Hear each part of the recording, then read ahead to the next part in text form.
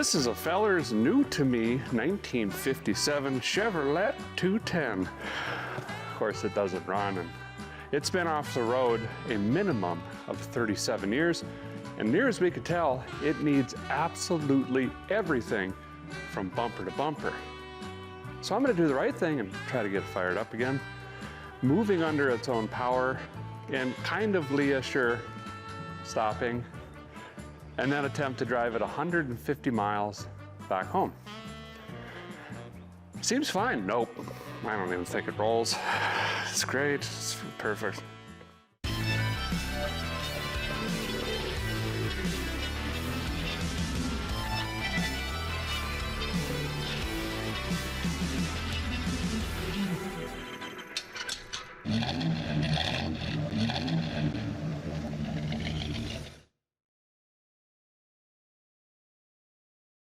So before we dig right in on the rig here, I want to share the history of the car with you, or at least what I know about it.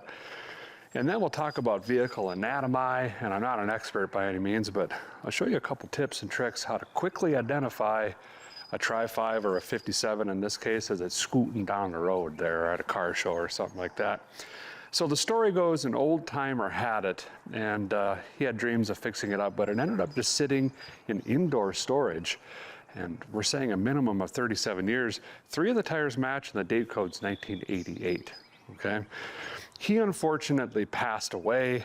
Someone else bought it, started disassembling it. I'm sure was gonna restore it, and project fizzled out.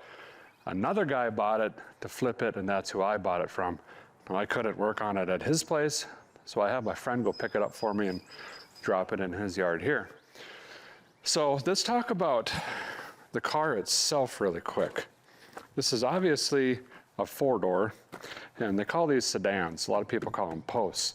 Now, if it's a hard top, this section here is just gone. They're really cool. You roll down the front and rear window, all of this is open. Now, there's obviously 2-door sedans, hard tops, 4-door sedans, hard tops. There's 2-door wagons, 4-door wagons, and nomads. So there's a lot of different models out there. Now, there's 150 model, 210, and the Bel Air. If you look at the stainless on this, I could tell right away it's a 210. Reason being is the 150 is your base mode of transportation, and all the stainless is back here only. 210 has stainless going all the way to the front. It's these beautiful little indents on the fender. And then the Bel Air obviously has that really pretty insert back here. Amongst other things, there's interior and exterior differences. Now, the 150s were typically a straight 6.3 on the tree. It didn't even have a heater.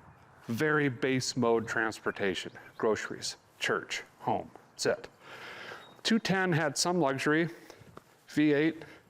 This one should have a power slide, automagical transmission. You get some upholstery options, and then the stainless we just talked about. And then Bel Air was fully tooted up. You know what I mean? That's kind of how I just quickly identify what in the world are we looking at, because between all of the different models themselves, it can get a little confusing. So we've got a 4-door 210. We'll start in the trunk. We'll dig around on the inside. Those are my tires in there, and I did bring some whatnots and have-yous. But we know, based on that old fuel tank, it needs a fuel system. It's gonna need brakes. It's gonna need engine work. I'm sure it needs electrical. It needs everything. All right, let's walk around this, see what we got. Let's go. So we got black on white, pretty popular color combo when people respray these. And we'll try to figure out what the original color was once we get the power bar and see the trim tags. We can see the little bit of regal turquoise coming through on this door.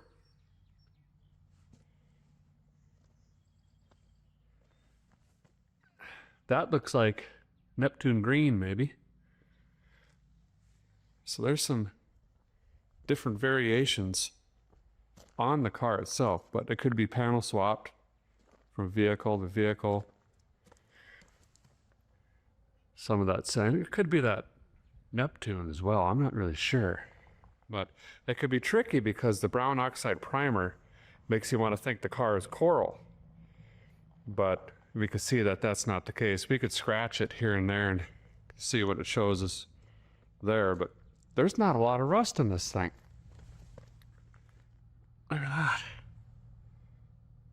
That looks pretty good. The corners of the door look great. Not a lot of weight reduction. One big area these like to rust is right up here around the headlight buckets. And this one looks pretty good. Boy, it's been painted many, many times. Most of the stainless is on here. Bumpers look pretty decent. Look at that. Got some old Bondo in here, but this is a straight old car.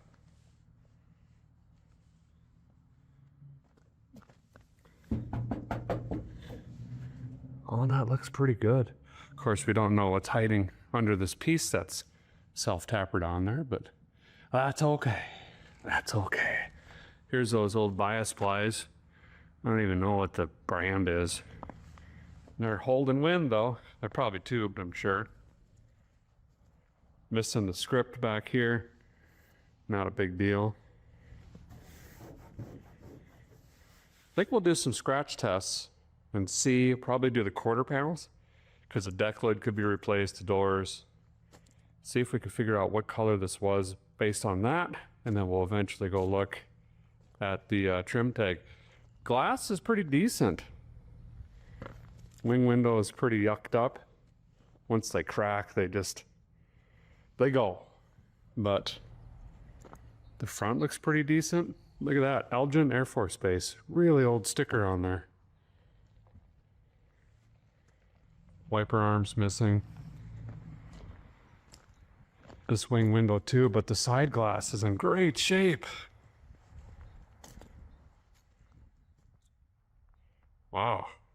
Wonder what this was about. Some sort of rack or something on the back. It's over here too. Here's your gas fill. Must be a tank in it still, it's connected.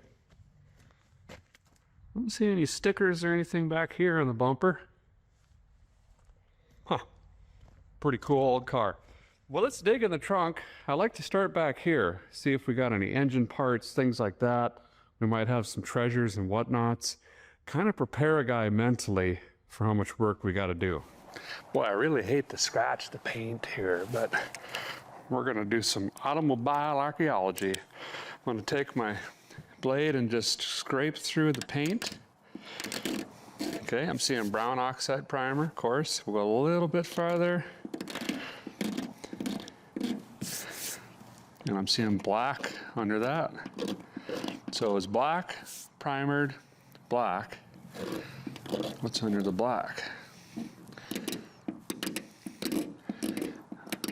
Brown oxide again. So this very well could be an original black car. That's pretty cool. I'll show you here. So right under the black, we have the brown oxide. You go farther, you get black again. And then you go underneath that black, you're back into brown oxide and then metal. So brown oxide was painted black, primered again, painted black again. So that means the fender and some of the miscellaneous pieces have been swapped on the rig. All right, let's pop this open and see what we got in here. When we were checking out the glass, I saw the ignition sticks laying in the dash. I'll be dipped. I thought we were gonna have to standard screwdriver it. This says Lee Chevrolet, Havana, Florida, and I forgot to mention, I apologize, that is where the original old timer had the car when it went through the state sale. So it's a Florida car, which would explain why the thing is so rust free. Well, we shouldn't say free, but pretty goodish. All right, what key is this? Oh, it's a Bluetooth key. Okay, oh wow. Found the rust.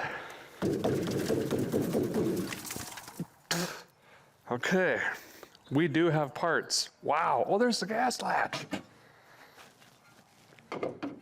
How do you put it in? I don't know. Wow, we got stuff. You better get over here. Got us a gold mine here. This could be all the missing stainless. That's an extra piece. So is that. See, some of these parts been primered though and labeled. Go. This must have been that old timer. Door cover, be another door cover. Here's the gas latch, hinge. But there's the original case. It was all rotted.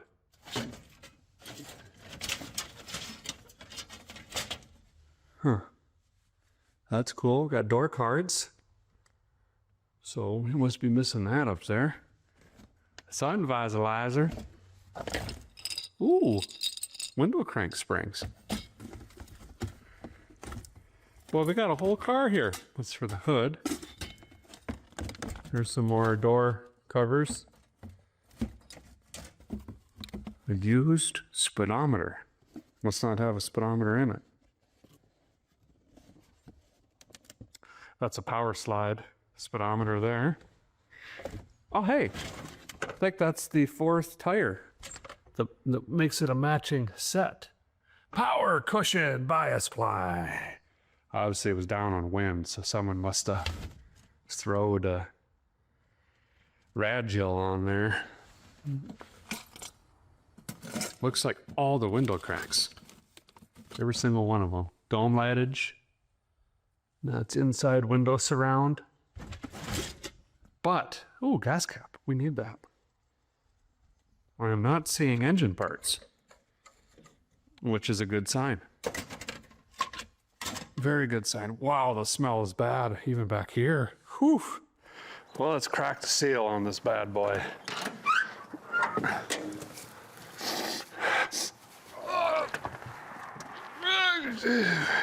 It's not bad. It's not bad at all. Why does it smell so bad? There's not even anything in here. Oh, it's like a toilet brush dipped in hot vinegar spinach. It's tart. Why is it so tart? Okay, well, that's good at least. Oh, I think the tartness is coming from the tires maybe. Whew, man. There ain't much for seats in here. We got springs. I don't know, you can come look. Oh, the floor's gone. That's good at least. Yep. Door card's gone. Carpet's pulled out. Floors are just shot. They're done. Old fuel tank. Oh, that's a used tank. Is there a new tank in it? So this one's from Florida, so that must have been the feller that had it. That's kind of confusing. We'll have to check that out. There's the 210 symbol on the boop boop. Boop boop.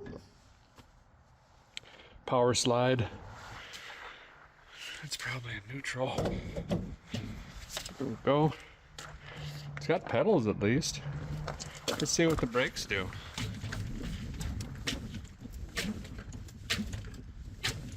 That's good. Never got brakes. The rear is even better. I like the upholstery back here. It kind of gives it a classy look. Don't worry about seeing the gravel on both sides everywhere. Oh, it's so wet. It's that stuff. Woo! There's the window surrounds on the inside. Okay, well, let me get the other tires out. See what kind of parts we have. More stuff back here. That is all of the wiring to the car. Great. Literally. Battery cables, lightning hoses, the fuse block. Oh. All the stuff for the dash.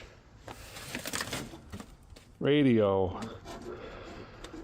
Weather stripping, rearview mirror. I mean, they stripped this thing down to nothing. Well, there's that color right there.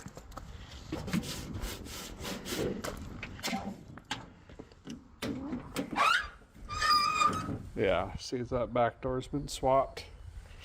Oh, they got a floor pan laying over the floor pan. At least they're both rusty. Can't even tell it was repaired with window screen and Bondo. When did I work on this? That's weird. Anyway, gasoline straps. I don't even really know what I'm looking at this point. Back on the driver's side, I remembered seeing wiring, so I'm just checking. Oh yeah, we do have a fuse block in there. So that's got to be extra, or another set or something from the parts car. Nitrous. Nope. Well, let's gander under the power barn here, see what kind of ponies we got. Yes, V8-age, which it should be with the 210. We kind of-ish got completed. Okay. Seeing lots of evidence, again, that it was a black car.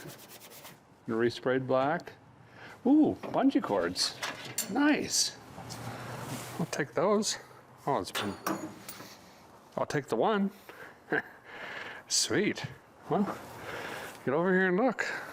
I'm gonna go hang this up. So this little fella is gonna be a 265 or 283. And I think we can tell by the oil filter, and it does have the provision in the block, and there you can see it hanging down there. So this is going to be a 283 small block in here.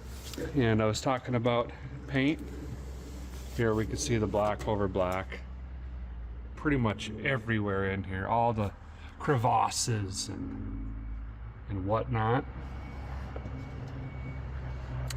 But we can look at the trim tag, which is under the heater hoses or behind the lightning whirler. Oh, and I can already see under here, see that hole and that hole. And you can kind of see an outline actually. The trim tag's been removed, unfortunately. I don't know why. Probably used on another rig or something. But that's gone, unfortunately. The engine's been rebuilt. You can tell because of the paint overspray on everything. So that's good, but I'm sure they lost the receipts at some point or another. But it's all here. We got the old Harrison still here. Look at that tiny little sad cable.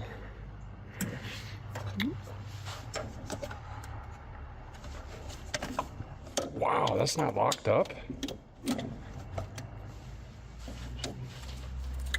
Kickdown's not hooked up. That's temperature wire. I mean, it's all pretty much here. That's pretty wild. Huh. You even got the dual hornulator still. Boop, boop.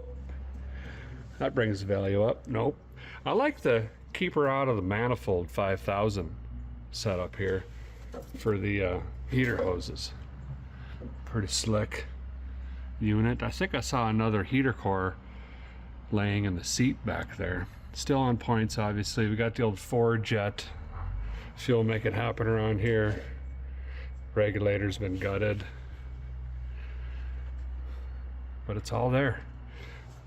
Maybe we can get that thing fired up. Here's more of that old timers primer gray part rebuild 7000. Huh. Well, you know the deal. Guys just sitting here reminiscing. Breeze is picking up. Oh, even primered the front grill bracket. This is my fourth 57. I've had a lot of 56s, 55s, more 55s than 57s. Anyway, they've all been coral. This is my first black. And the last one, early days on the show here, built it with my boys when they were knee-high to a grasshopper. 350 swapped it, fun car. But anyway, here's the program. I don't know. Here's the plan, don't have one. Well, they got sail and panel gates. We need to see if the engine rotates, first and foremost. And then I think we're gonna just tear it down.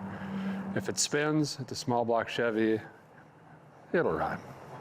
How good? I don't know yet, okay?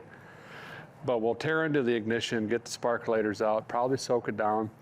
While that's happening, we'll do a tailgate rebuild on the 4Jet. And there's a Park Avenue over here we can maybe use as a bench or something. I should probably buy that. Looks pretty juicy.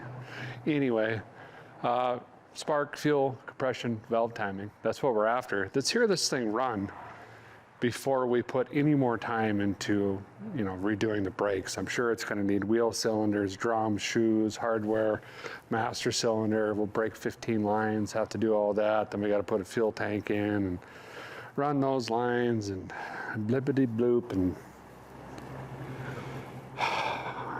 you know the deal. Great news is it's supposed to be 47 today. Blazing hot. All right, let's see if this rotates. So here's what a guy's gonna do. Hit my head on this hood about 14 times. But since we got a belt on here with the solid fan, meaning there's no clutch on there, should be able to grab the fan and spin it, which will in turn spin the crank. And we're gonna try to get 360 degrees rotation, and that's just to make sure that we don't have connecting rods, binding, bent valve train, stuff like that. We really don't know. This is a pretty solid car to just shove away for, call it 4 decades, if it ran good. You know what I mean? But we've seen weirder, I guess. So I'm just gonna reach in here. Oh, there we go. Okay, it's slipping, so I'm going to put pressure on the belt. It moved. It's awkward. I can hear the valve train snapping.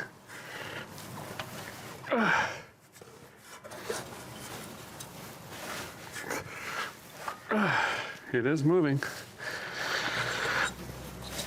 Okay, so I'm pretty confident the engine does rotate freely, which is fantastic, but we probably might still juice it. It's been sitting an awfully long time.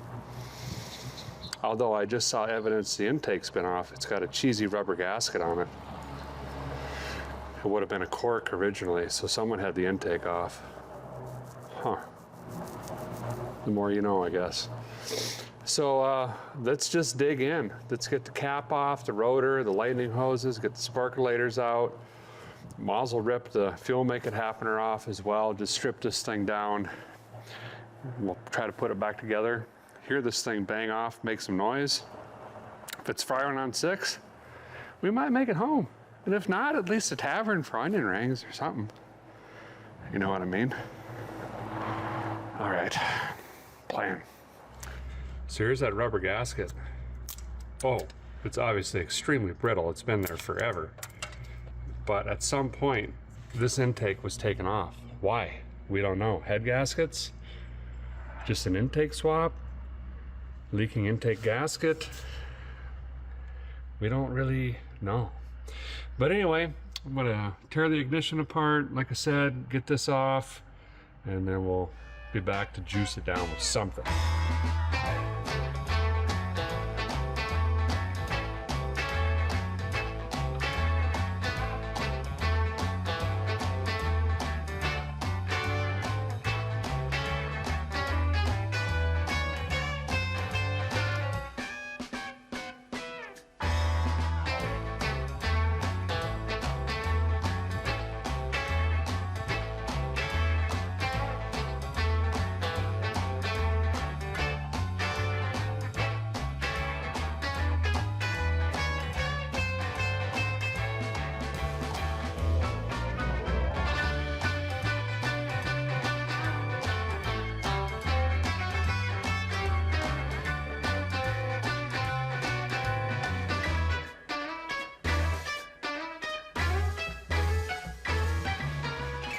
Well, the guy's got the sparkulators out, lightning hose is off.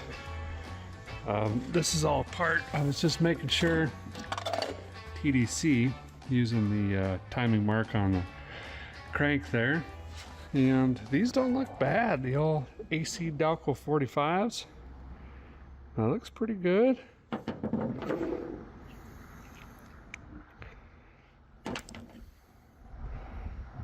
We'll see. They almost look like they were cleaned and then jammed back in. See, like a wire wheel or something. See that? Who knows when that was though. And similar on this side.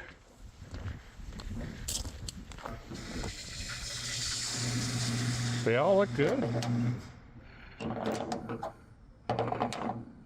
Might be a pretty decent runner. We're gonna replace them though. And then I got the Ford jet on the workbench over here. Oh, it's got a trunk key. Wow. Anyway, we're going to tear this down, clean it up good enough. Got a kit laying over here, throw her back together. This thing is rotten, super rusty, and something I don't think I've seen in a while. Look at this. This is so rotted, rusted.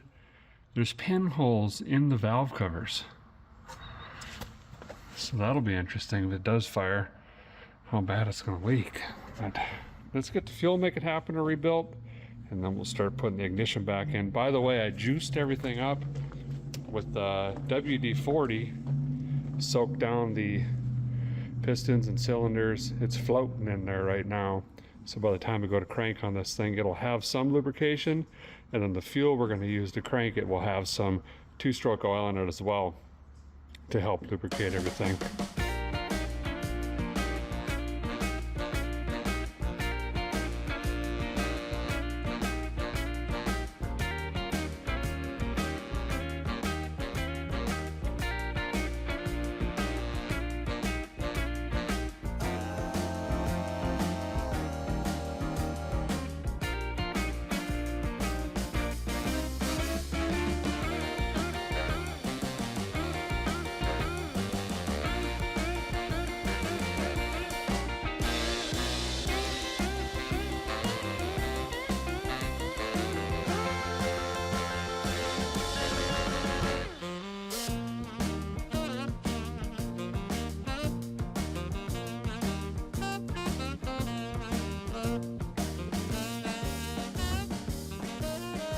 Rebuilt fuel, make it happener, going on.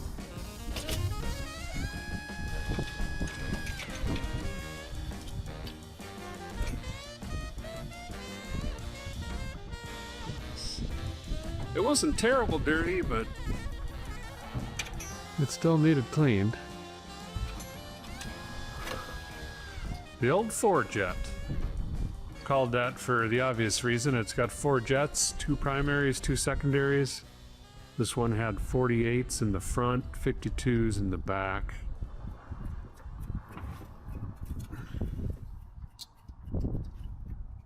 Here we go. Snug these up.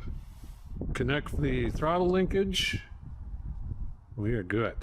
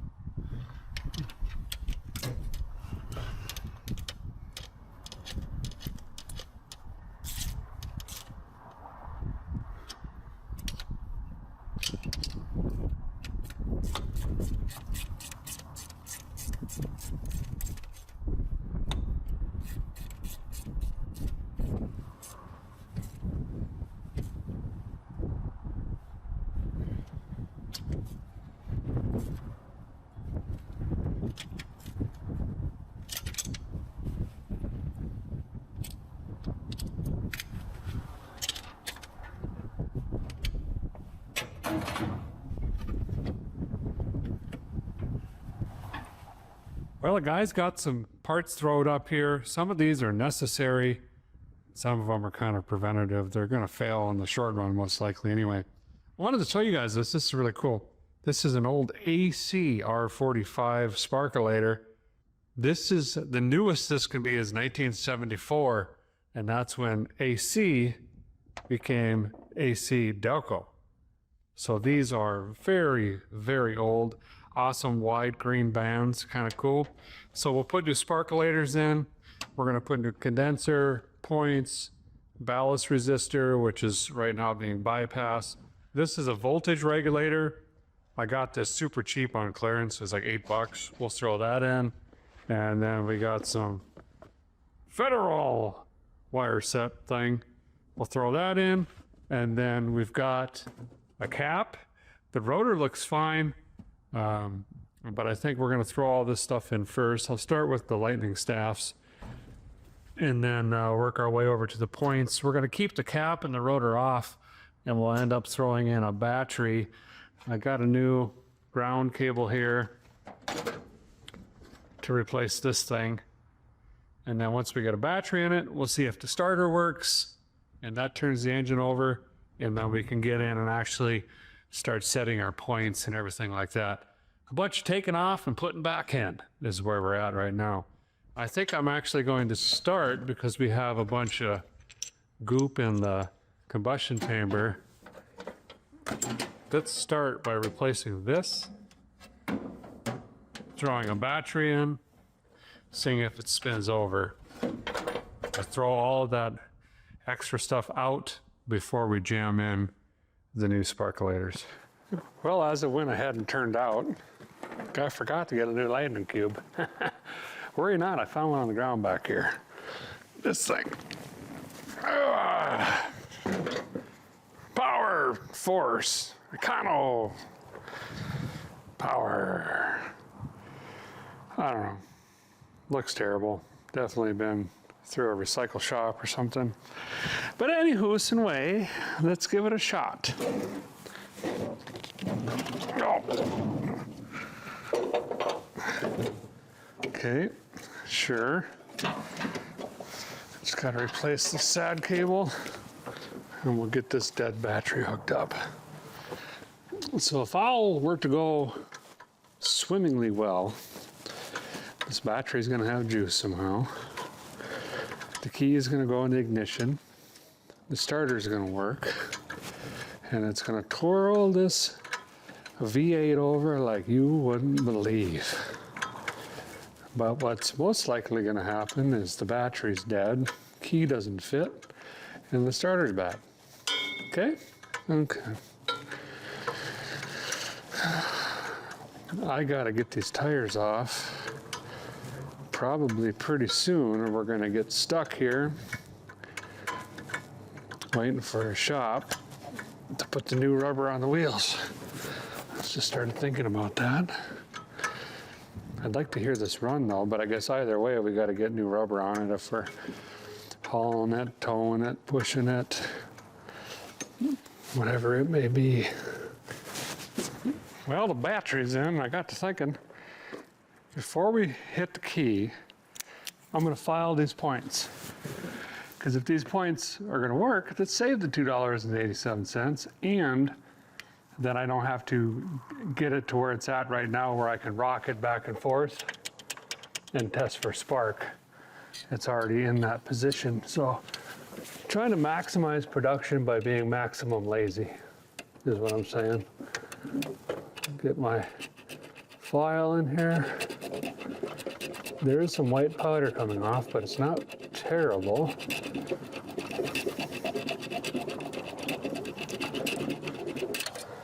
Okay. I got it right on the cam because we already rolled that over, finding top dead center. So now let's turn the key on, see what that does inside, then we'll come out here and test for spark. Okay. Oh, hey, we got oil, gen light, and the fuel went all the way to full. Boop. Okay, so ignition's on. Now we'll go back out there. So now that we've got the ignition on, should be able to rock the rotor, which is going to bounce the lightning weather off the cam and open and close the points.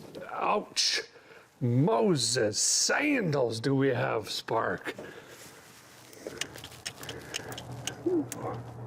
Yep, I got bit. Well, that's a good way to test it. Watching there for a little spark. See that? We have spark. So that's great news. I do want to put a new ballast in that's jumped right now, but coil seems to be doing the thing, according to my tingling right arm. Points are working, being filed, so that's great. Making progress here. So here's our unit on the wall. You can see it was just jumped over there. We're gonna put this guy in, but it's got different fittings. This is the old screw down style. This is just a terminal. So we've got to get these switched over and get these switched over, and then get this in place there. Yep. Stuff and things. So excited to do brakes. It's probably my favorite, right underneath wiring. Nope. That's not real. Oh. Okay. All right.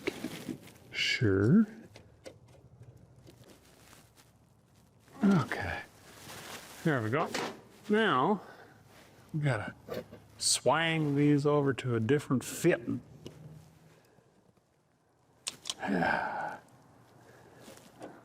Work. There we go. Wires solid. Put some Walmart fittings on here. Only the best. Okay. Sure. Mm-hmm. Oh, come on now. Wow, for Pete's sake. What kind of a Mickey Mouse? Oh, there we go. Just cut these, I guess. Yes, guy. Well, these are handy little things. Okay.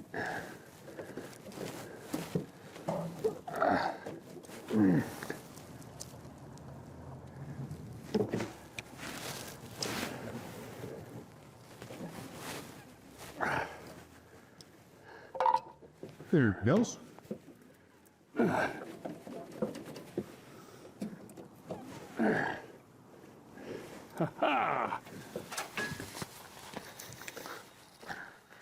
Let's make sure this is still going to put me in a cardiac arrest. Yep. Okay. Pretty good. Pretty good. I think I'm going to go ahead and... Oh, we got smoke coming out of that. Or is that dirt?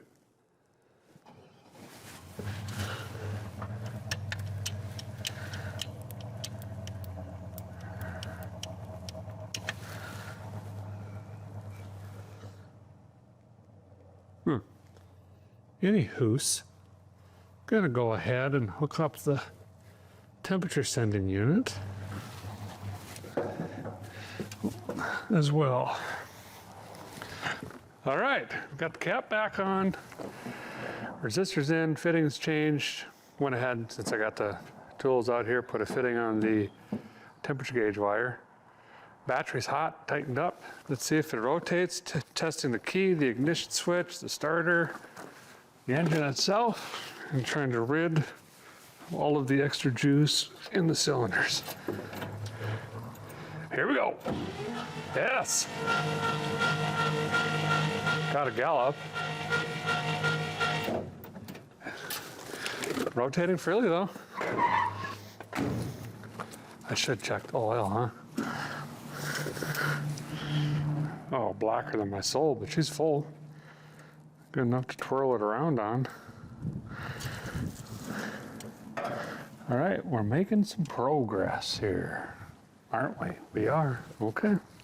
That's what I like to hear. Well, just a bunch of farting around coming up here next. We've got to gap all of our sparkulators. Gapped. And then jam these in. And then hook up the hoses, do all of that, get the coil hooked back up. And then we're finally to the point we can juice this thing up hit her with something flammable, and maybe hear this thing make some noise for the first time in almost 4 decades. It's gonna be fun, actually. Let me cut my hands to pieces and get these in fast. Gonna be a bunch of fun. Gapped, gap, got gap, gapped. Perfect.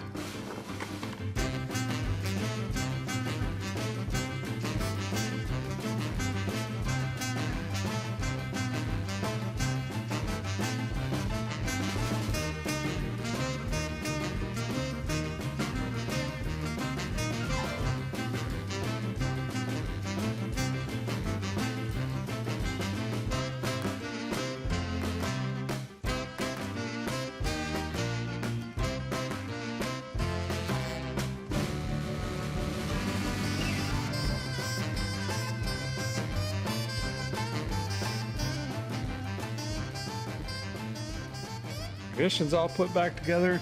Guy patched up this vacuum line right here. That's for the vacuum advance over there. So now we're gonna prime this thing, and we are finally to the point. We can crank this, see if it's gonna make any noise. And if it runs, fingers and left foot toes crossed, we can continue on. Fuel tank, brakes, transmission. We got a lot of work to do.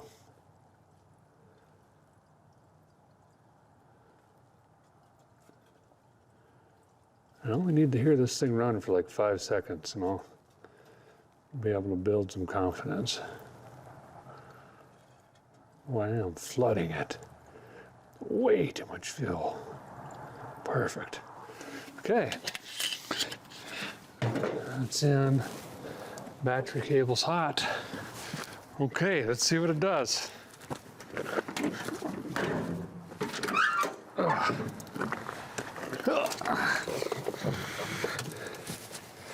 Come on now. Bring the thunder. Oil light went off. Oh, it fired. Come on. Oh, it wants to.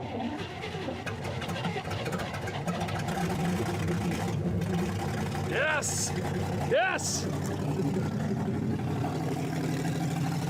Yes!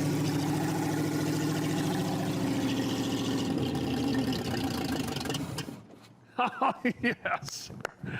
Oh, it's alive. We need a return spring on here. It sounded halfway decent. It built oil pressure before it lit off. Thank goodness. Oh, that is a relief. It runs. Well, a little bit of good news. We heard it run and made some noise for sure. Sounds like the tail pips is just unhooked from the manifold or something. That was not expecting that. Quite loud. So now I think before the sun goes down, which is pretty soon here, and we're on the opposite side of the shedish, we're in the shadows. We're gonna lose light pretty quick. So I'd like to turn my attention to the fuel tank back here. We've got one from 1978 out of Florida that's used. And I've got a newerish one over here. It says made in Taiwan. I don't think that one's open. We're gonna crack that open. I'd like to get the rear end jacked up. I think I'll put my jack stands on the frame. We gotta replace these tires anyway, so maybe we can hit 2 worms with 3 birds or whatever. Try to drop this tank tonight yet. I'm sure we'll have to replace the rubber lines and all of that, but there is a drain plug in these old tanks, but I think this one's gonna be so rotten. The pickup tube's probably disintegrated and gone, as we've learned doing this for 20 plus years. So let me get the jack out, get the rear up, crawl under there. Let's get some rust in our retinas. Now we're talking. There we go. I've been waiting all day to get some gravel on my kneecaps. See how high we can get this. I should try to find some cardboard or something to lay on. Tricep T-Rex. Ooh, a penny. What year? I don't know. Can't read it. There we go. That looks pretty sketchy. Maximum sketch for maximum thrill. Make sure that you have a will. Oh, hey, that tire rolled. How sad is this one? Nice.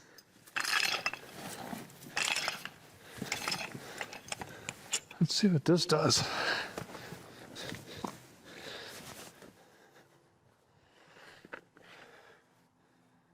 The key is not to look.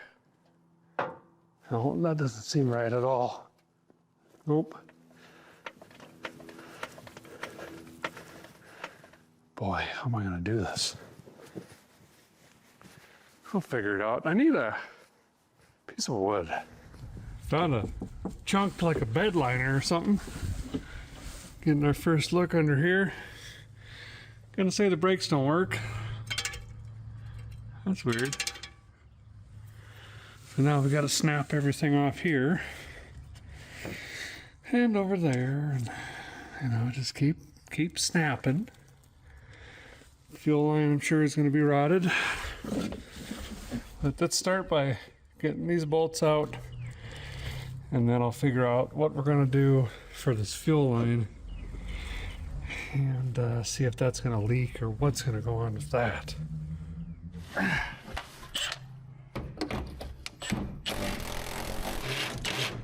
I was afraid of that. I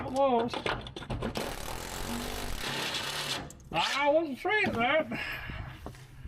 I was.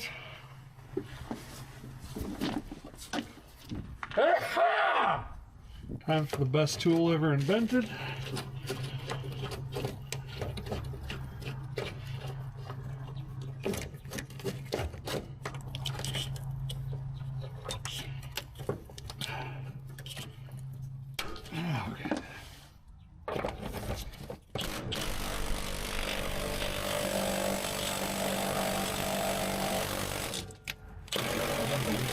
Goodness gracious.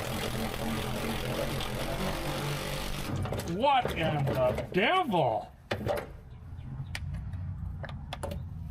Huh.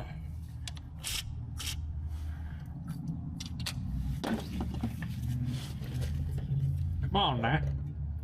Come on.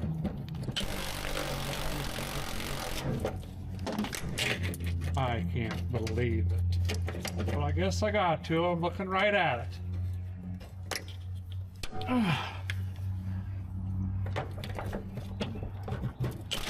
Ouch! Well, for heaven's sakes.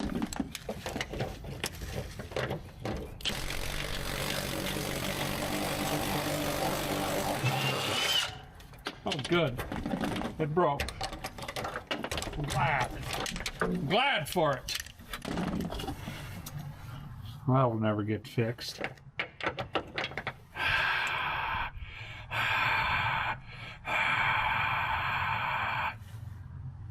Okay. Now, let's see if we can snap the side in half.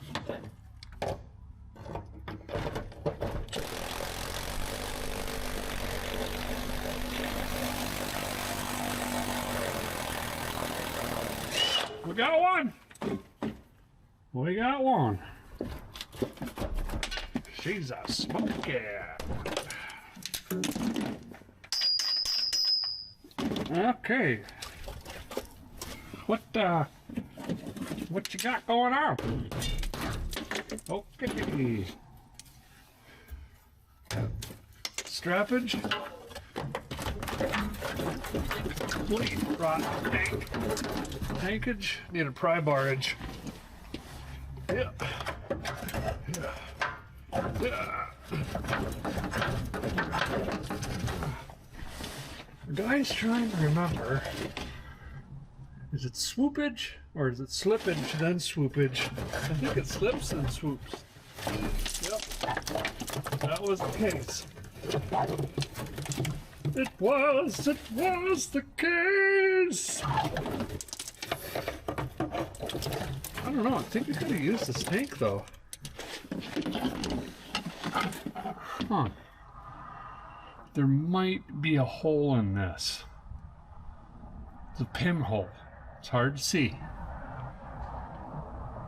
Okay. How's that? Wonder if the guy just cuts that and we circle back. I don't know, this tank looks pretty good. Just got to run some marbles through it to clean it up a little bit. Oh, there's the float. Brand new. Wow. I ain't never seen. It's like paper. Pretty wild. Yeah, I'm glad we didn't try to use that. This was boogered on. We're gonna have to, boy, I don't know how we're gonna do this. We're gonna have to run a new line. Based on how this was, pinhole leak right here. I figured the line's gonna be shot too, so we're gonna have to run a whole new line as well. We're gonna have to run new bolts and everything. It'll be interesting. Well, here's the new tank, new sending unit. And there's the pickup sock that is typically rotten or plugged in all the vehicles we're working on. This is the fitting out of the old tank.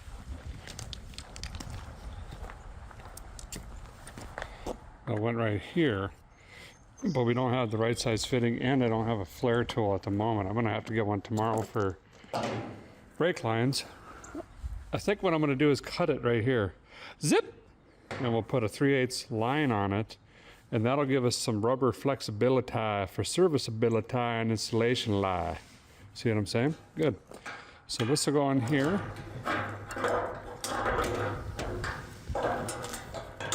Something like that. Come on, now. There we go. And just confirming. Yep, so it'll be just like that. I'll go get the hardware kit out of it, get that screwed in. And actually, I wonder if I should. Yeah, we'll screw it in first, that way it's nice and sturdy. And I'll just, bam, take that off. Check this out. Oh boy. I got a new O-ring for it, but I don't want to try to put this on until I get all that out. So I'm going to go into the shop, try to borrow an air hose, and I just got done making this. Welded a nut and a washer on for this side that I'm going to cut off. That side we're going to save. You know. Okay. Oh yeah, she's got some HPs.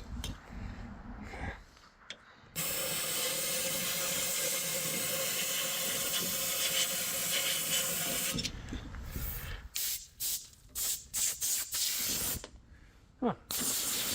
Doing laundry.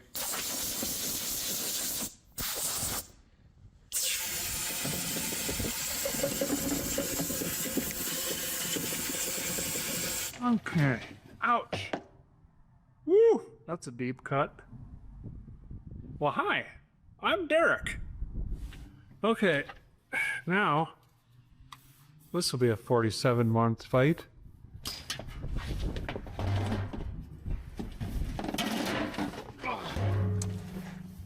Oh.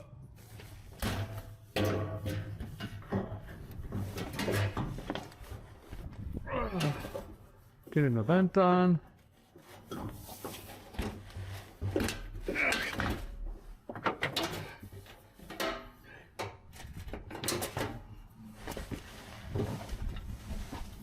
Oh, where'd all my hardware go?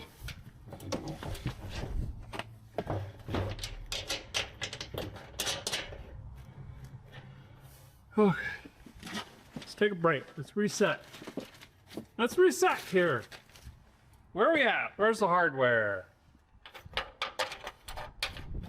Then hook up that electro-digital line for the gauge. Immediately regretting that.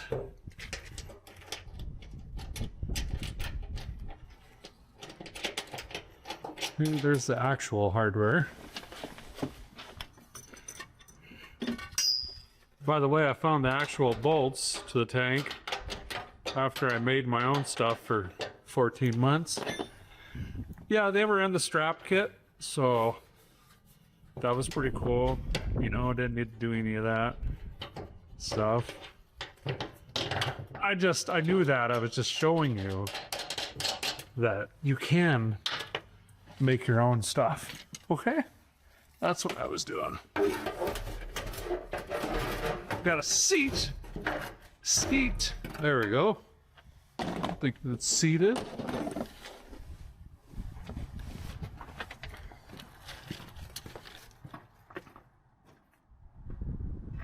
Sit up at a cowboy, shoulder rope and ride.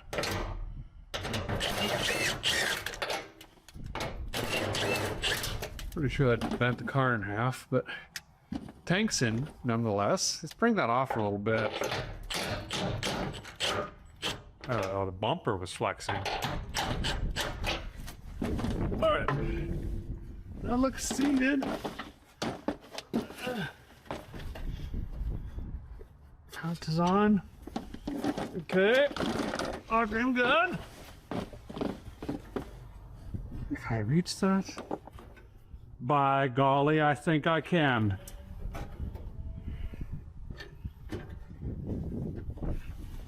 Okay. Whoa. Tank is in. Tank is in. Repeat. Tank is in. So here's our get up underneath the rig. So now we've got some service loops. We've got extra length on the rubber hose, which we'll be connecting to some new line that we're going to run. We got extra on this as well, and that's tied in. So if someone drops the tank again, it's not just dangling off this stuff. They got some serviceability to bring her down in there. Also a pretty nice muffler hanger over here. That's approved. Guy's trying to jack the front end of the rig up so we can wall her under and start getting the fuel line replaced. But the jack's not rolling, so what ends up happening is you teeter-totter. See, I was using this as a hammer, but I wasn't really working. Feel this is about to fall down. So a guy gets in here at the Tanya Harding. Persuade it back. Jack about another 1.5 inches. Persuade it again. And you just keep working back and forth. You'll get there. It's just going to take some time. These hubcaps are actually in really good shape. I like that. So guys got her up on all the paws here. Before the sun goes down, we only got about 30 minutes. I'm going to try to tear out the hard line, fuel line, that comes up, follows the frame, comes up into the pump. There might be a small rubber piece there, but we're going to end up replacing that. I want to try to get it out tonight so I can figure out what I need for supplies tomorrow. So this is that line. Oh, I got stuff everywhere in my eyes. It runs up along here. These are clips. Just spread the clip, lift, and it should drop right down.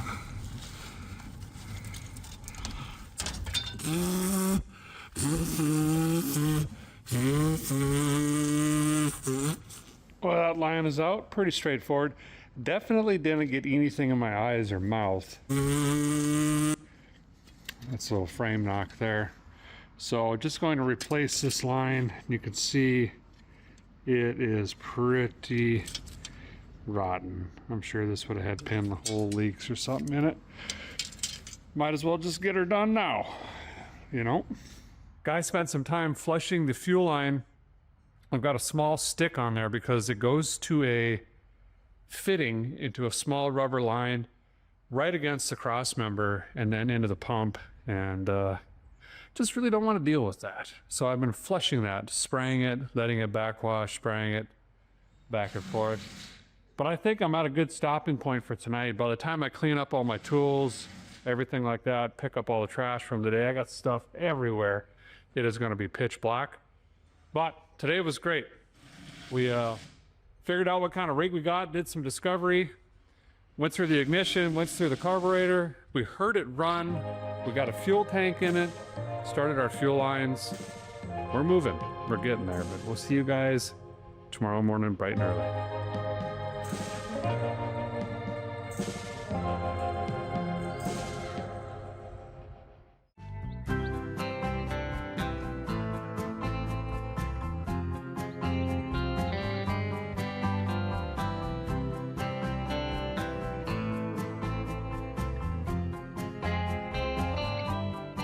Well, good morning.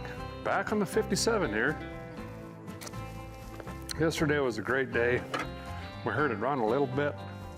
Got the fuel tank in. Today I got to finish the line super quick. This is what I'm going to use here. It's a copper-clad steel line. Resists rust better. But it's also really easy to bend by hand.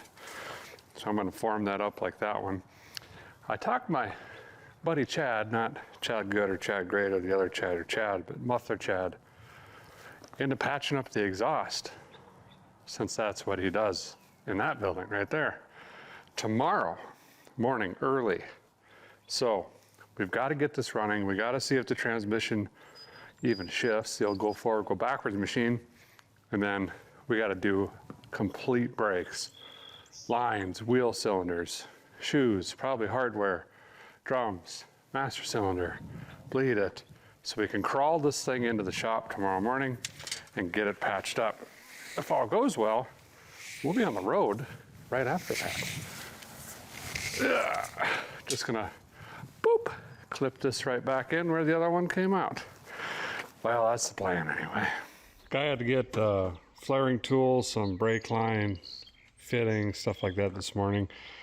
And it has one for 3/8, so went ahead and we're going to flare this up as well. It's low pressure obviously, but just so the line doesn't walk off. Going to plug a little bit of 3/8 rubber hose on this. Picked up some clamps because the ones I was using yesterday were off the ground.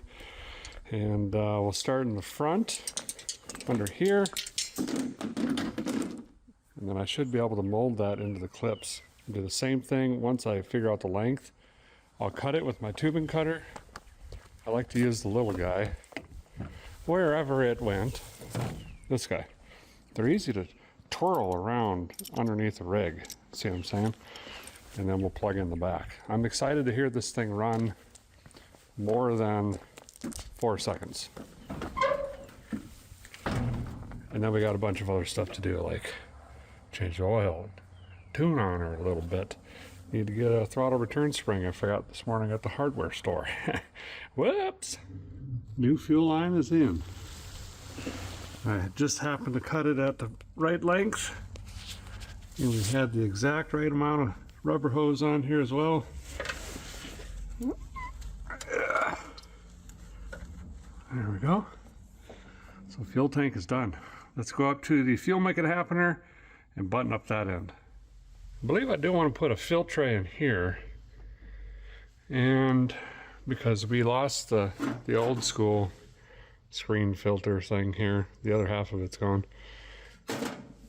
and I want to try to get rid of this mess. So I'm going to take this out quick, see what threads we got.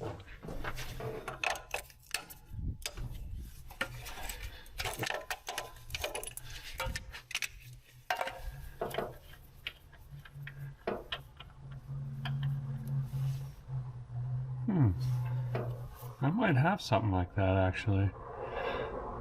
That's a male-to-male adapter with a reducer into another male-to-male that would have originally gone into this, which then went into this. Huh. Got a mess here, but I think I've got it figured out. First of all, this tapered fitting ruined the inlet to the forejet, so now we have to use this tapered fitting. Normally something like this would have went right in there. I carry these sticks in my toolbox in my truck. So then the challenge was, how do we get from that to something usable? And I think if I use this old adapter, I'll just put that over there and put that back on this. This one fits into here, like so, and that'll come off, and then we're back to 3/8 stick. Then I'll come down here and just cut this down here, put a little flare on it, and we'll be able to put a filter and 2 little stubs of rubber in there and make it work.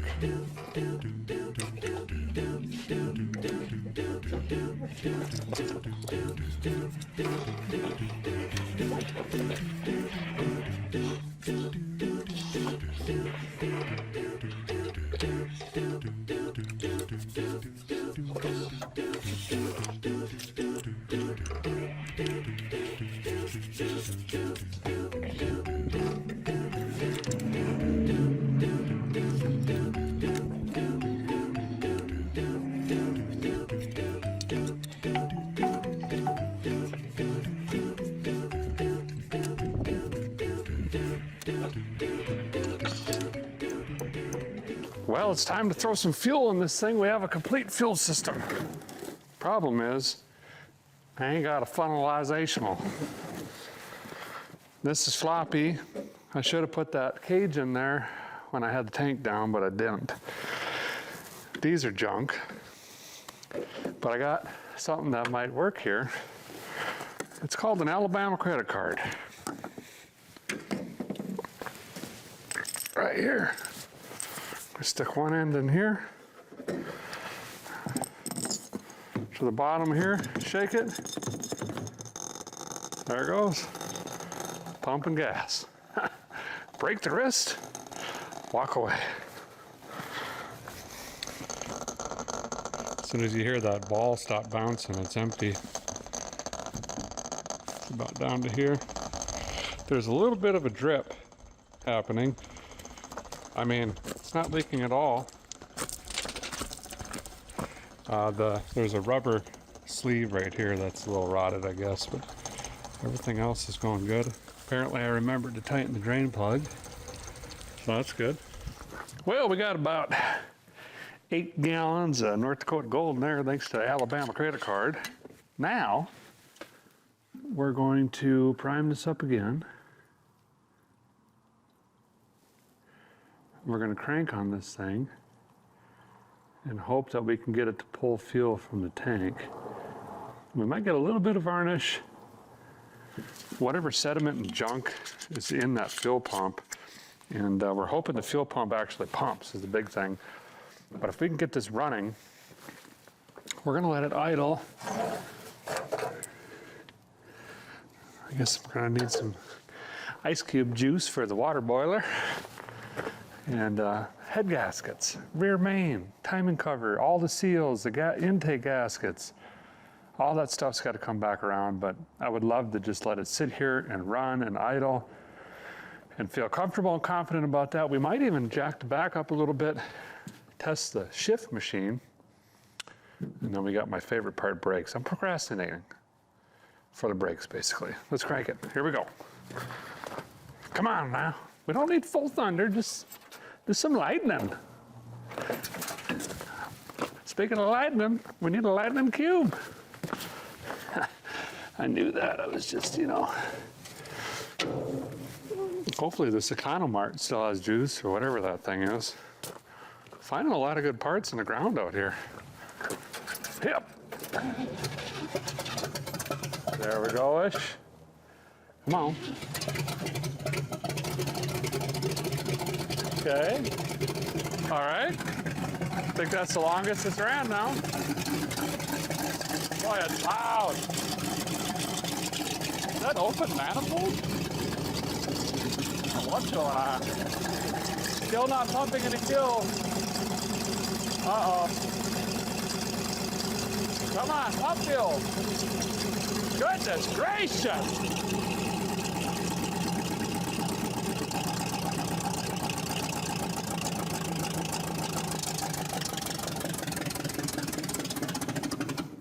Yeah, I think the fuel pump diaphragm might be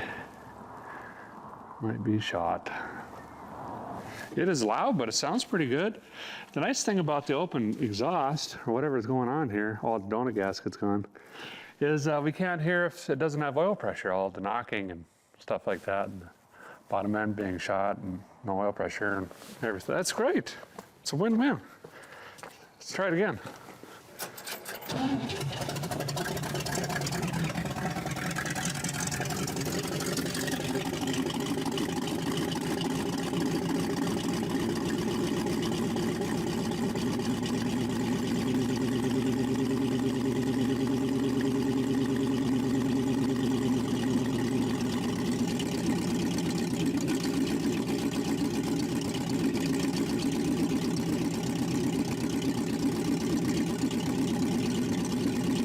Mobile.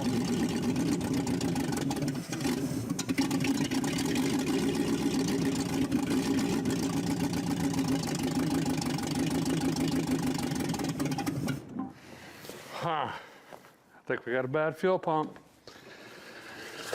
And it is right on the frame and doesn't look fun at all. We have an option though. I'm going to backfill the fuel pump. So we'll take this line off and we're going to pour fuel the opposite direction directly into the fuel pump, and we're going to let it sit. And what we're hoping is the diaphragm gets some flexibility in it. You know, about 92% of the time, it works 1% of the time. Come on now. Let's juice this up.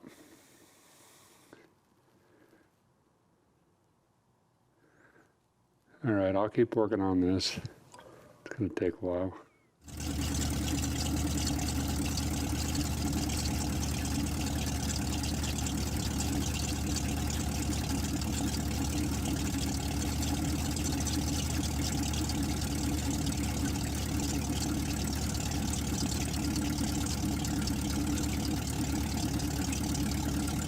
Well, I've tried and tried and tried to bring this pump back around and it's not doing it. It is a really tight fit and right down on the front cross member in there, you can't even see it. But this is what the pump looks like, or similar. So I think I'm going to go ahead and try to replace this first. If this doesn't work, then we'll put in a clicky-clacky, and that'll get us home anyway.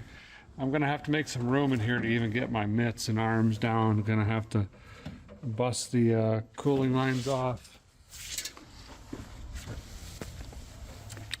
That's what we're after down there. So, awesome. Let's get after it.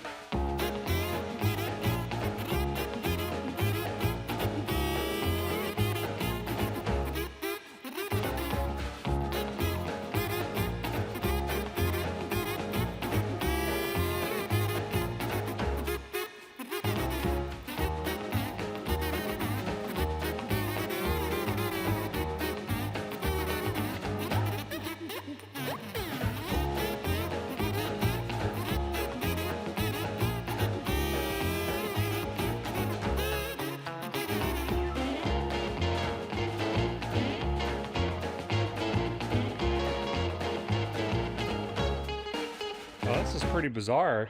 I think I've got a brand new bad fuel pump. Well, I know I do. I'm soaked in gasoline head to toe. I've lost half a day on this fuel system. I'm supposed to have been on brakes all day.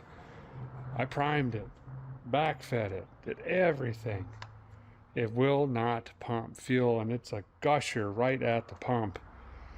So I got to switch gears very quickly. We should be doing brakes. Should have been doing that 8 o'clock this morning. So I'm going to go get a clicky-clacky, put that in line, and now I got to change my plan of action here. I might try to drive this into the shop. They're closed on Sunday here. And use the concrete floor because I could probably get through the brakes faster, and now we're going to be working until 4 in the morning to get the brakes done in time. I need light and concrete. Sweet. Part store run number 312. Clicky-clacky, some more clamps. I don't know. We'll see. Clicky-clacker, working. It's actually improper use. That's supposed to be as close to the tank as possible, but we're running out of time at this point. We're going to have to start thrashing. This is the wire that goes to the heater motor, which is bad. But this is a 12-volt switch now. So I have the heater fan control on high. And when I turn the key on, boom, 12 volts right there. Turn the key off. So I'm going to wire this into the clicky-clacky SAT cable to SAT cable. Boom. Ghetto ignition, whatever. Good enough. We'll zip tie this up here so it drips on the manifold. There we go. We kind of have a fuel system going on. Let me see if I could fire this up. I'm just gonna jam it in gear. We gotta get moving here. So I'll fire it, see if it's gonna idle or try to. If not, oh well. Float the valve, slam it, drive. See if the tires spin. Might stay on the jack stands, probably not. Okay.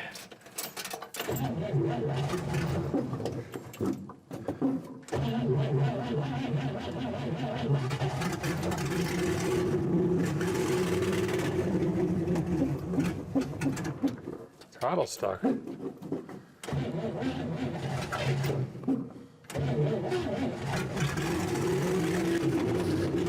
Stuck again. Why is it doing that?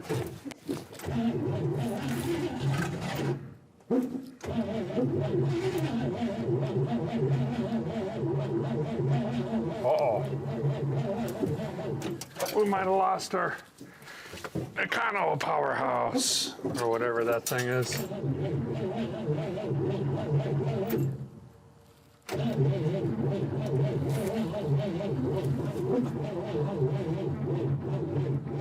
Oh, great. Awesome. Perfect. Grand. Let's see if I can find a jump box or something. Probably not. Okay.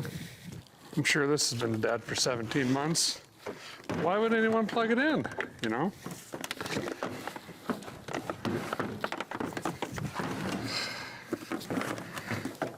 Great. Here we go.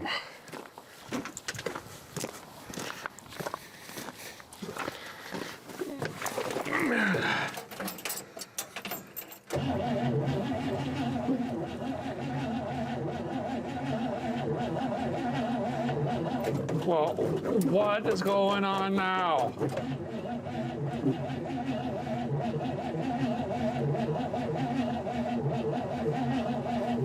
I've never seen such a Mickey Mouse operation.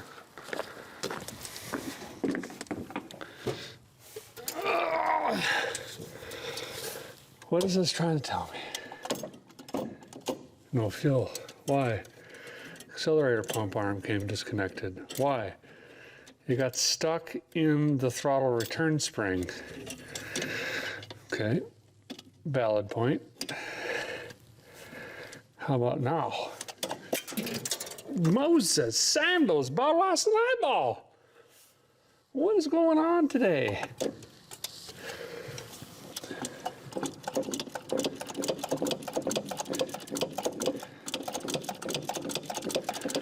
I just... What is this now? Meter in the way.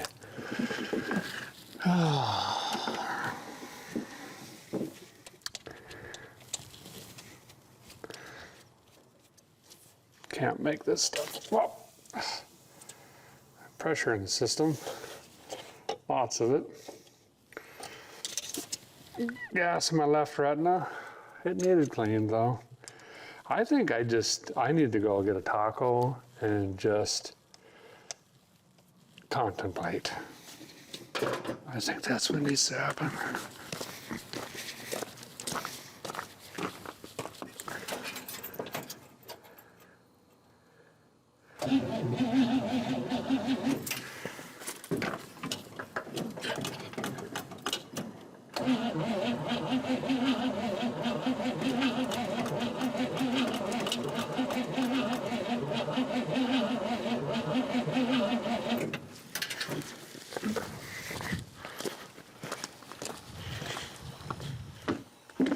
Now what's it saying to us? Hi, what are you saying? Well, as I got a stuck needle, all this horsing around.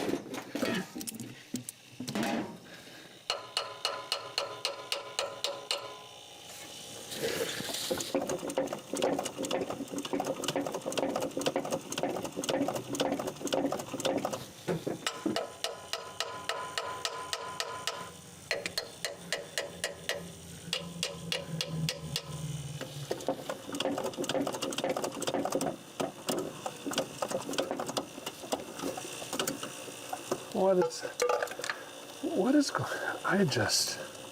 Carburetor's falling apart in my hands.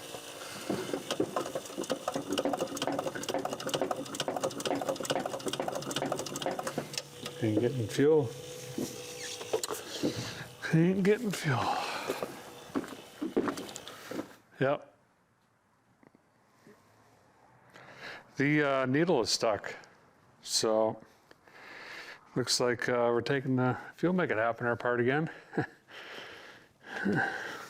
At least all those screws aren't melted in half, and I stripped 4 of them. Anyway, I'm just going to leave it on in the car, try to take the top off, see why the needle's stuck. Try to figure that out. I think the hangers on the needles were different than what was originally in the carb. Also, one of the floats has been swapped and it has a different hanger. Try to figure that out. It runs great when you fill it through the vents. Now that we're finally getting fuel to it, that's not letting it in the door, essentially. Let's try to figure this out. Well, see what's missing? My cheap carb rebuild kit. This is just disintegrating. That's the, I don't know what you want to call it, gasket or O-ring for the accelerator pump. And that's why we didn't have any fuel. I thought the needle was stuck, bowls are full. It's just, we had no accelerator pump. Oh, great. Let me see if I can find one off the ground over here. Oh, we had a wind come through. I gotta find the old, there it is. Try to put this one in. See if it does something. Finally.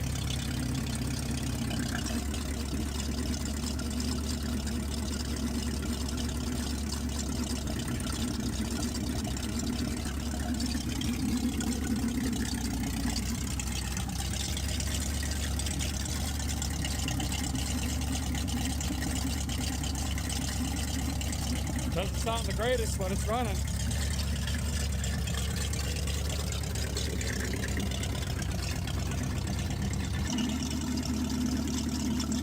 It's charging.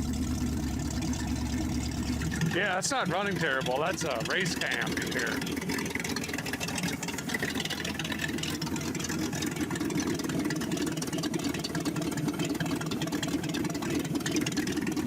Wow. Well, let's see what happens. Jam in gear. It's either going to stay on the stands or go through the fence. One of the two. Drive. Anything happening? Low.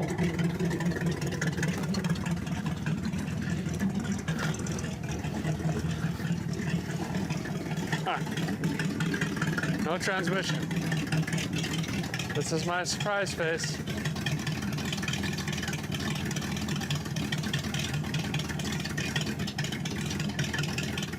Let's try reverse.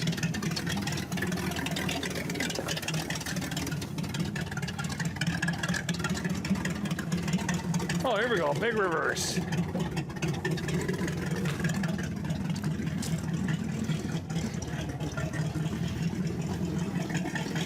Oh, look. Maybe we rev on it. Will that do something?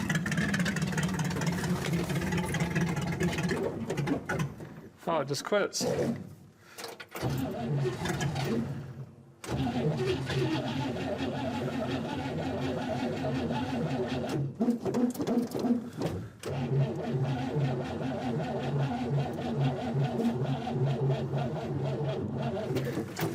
Wow. I can't believe this car was parked. I go get the drum box again. It's on the charger.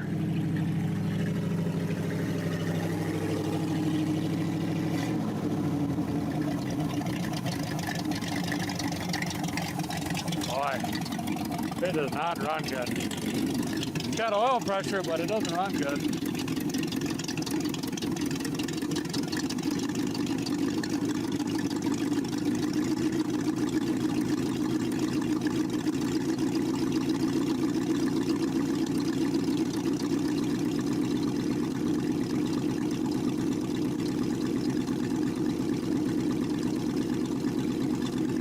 Giving her a little more air on the air fuel mixture.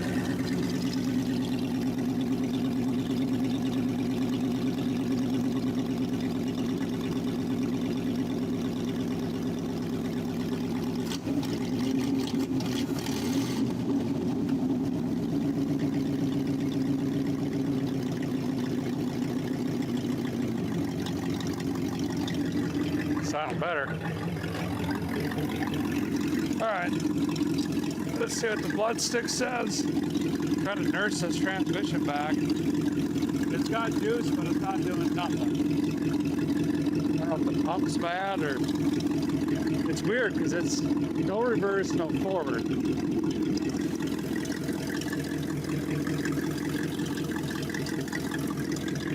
All right.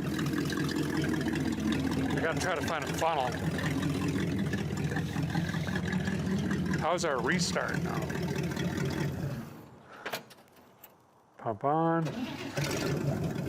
It's getting better. I'm gonna let that run. The blow-by is getting better. That was pretty terrible before. I'm gonna go try to find a funnel. Dump some juice in. Boy, it is getting chilly in the evenings again. It would be incredible if this transmission would start working. We could try to get it inside. There's a wood stove in there. Get some heat. And then we'll have a brake party. Wow, that really hurt. Remind me to never do that again. All right.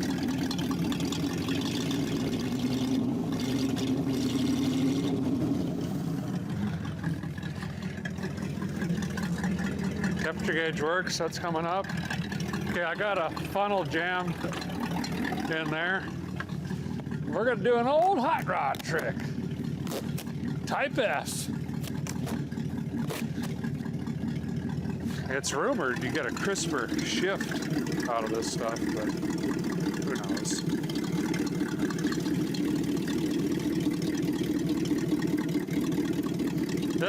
This is the early style automagical. I drained what was there. Didn't look good. And now we'll put some fresh back in. Just spilled a bunch on the manifold. See what this says to us. A lot of people say never change your transmission fluid, especially on a high mileage unit, but I always do it. We don't really have an option.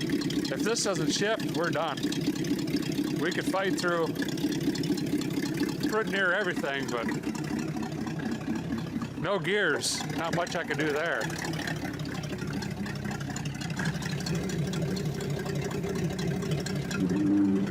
Wait, I just made a weird noise. Did you hear that?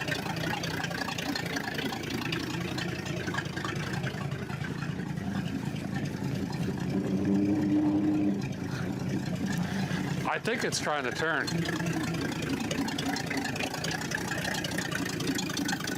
It's bogging down too.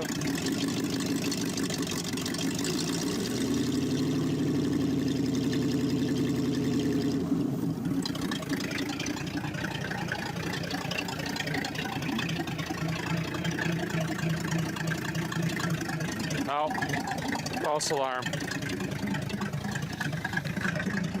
Let's keep adding.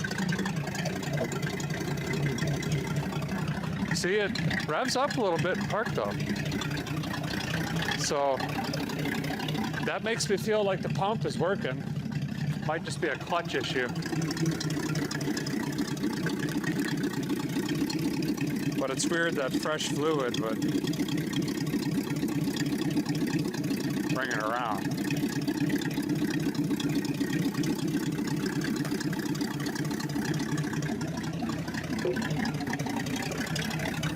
Try it again.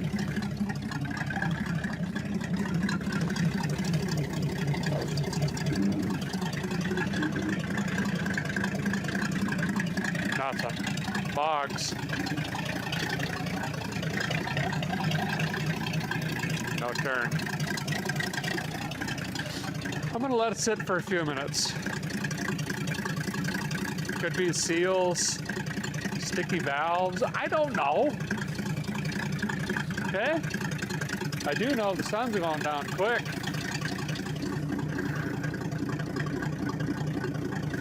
Got about an hour and 40 minutes. It'd be nice to get this inside, but we'll see what happens. I got updates for some unexplained reason. It just started rotating.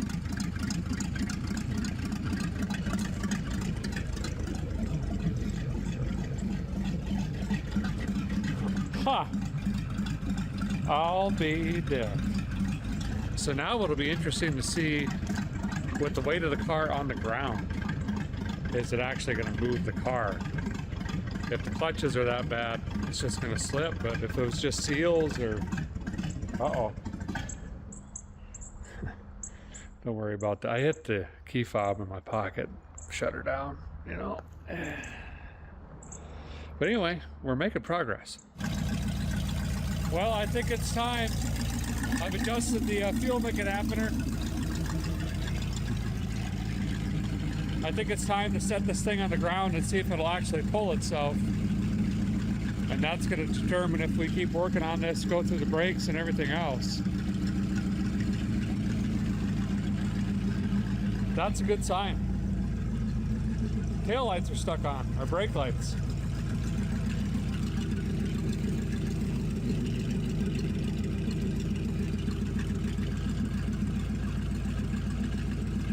All right, let's get the back down on the ground.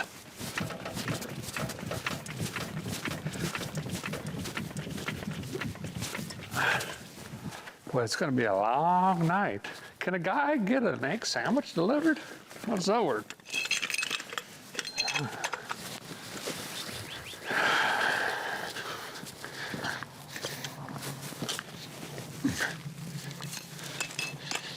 Okay. We definitely don't have brakes, but we can use drive and neutral, try to nurse this thing into the shop.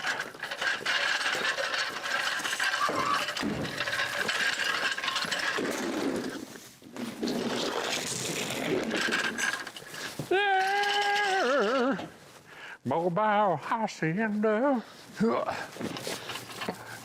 Sitting here thinking, oil that was in here must have had no hydraulic properties left.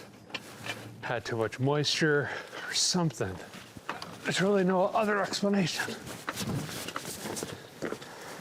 Okay. Oh, boy, how did I do this? I just kick them out? Oh yeah, she's in there. Where's my muffler hammer? Here it is. Muffler hammer! Muffler hammer! Muffler hammer! No, why not? Thou shalt not fall! Ouch. Oh, the paint. Everything's going haywire. Oh, that was sketchy. This thing's handy. Might have to put this in the truck. Nope.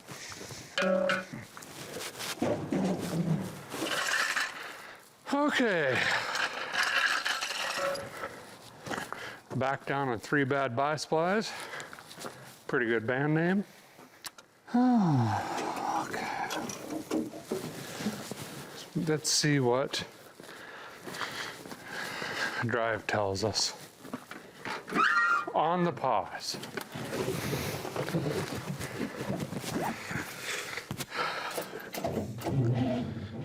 Oh.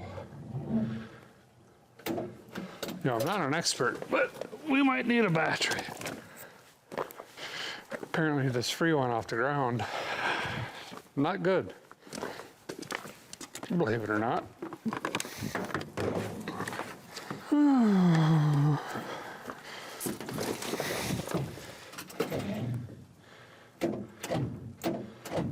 What's going on here now? I can't believe this. There we go. Neutral. Drive, come on. Yes.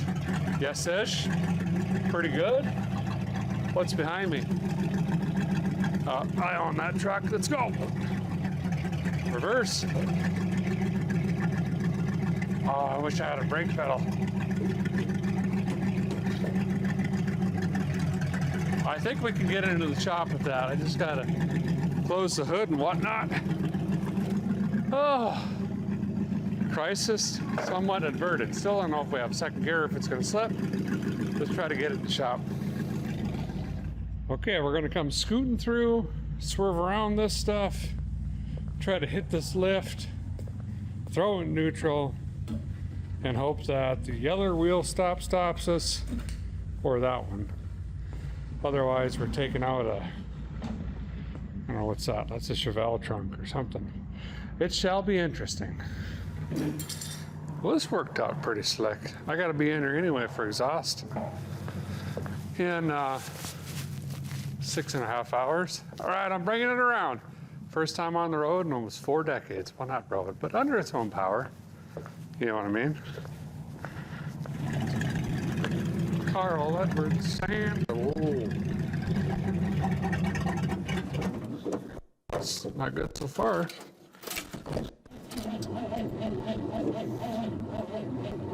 Oh, for Pete's sake. I think I've mentioned I need a battery.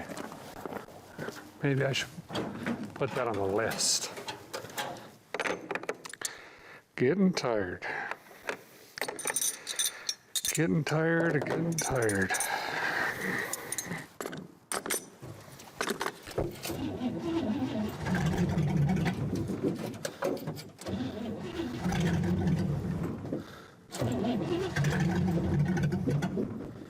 Well, what? What now?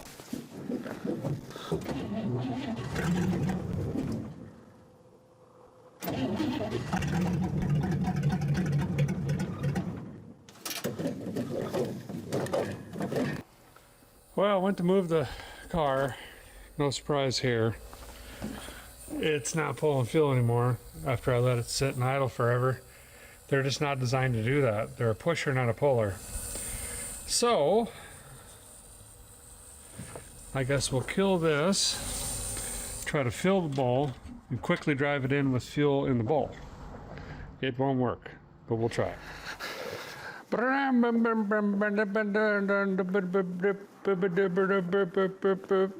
No, not running. That's weird.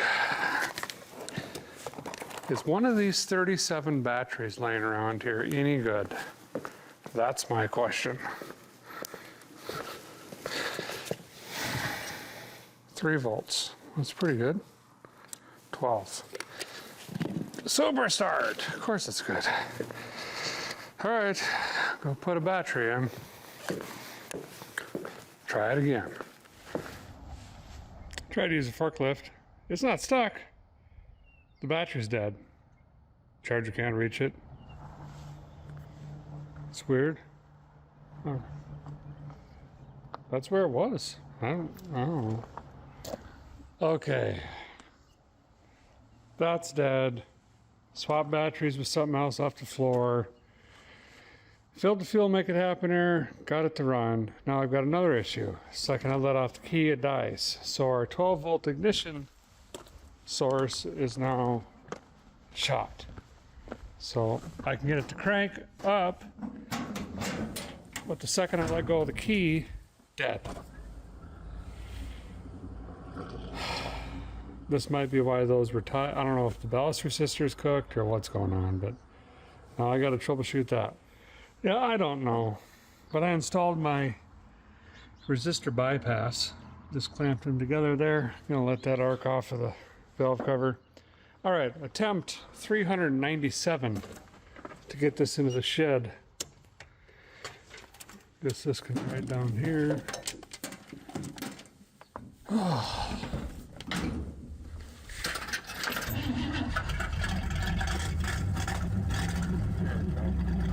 Come on now. We're moving. Well, that was easy.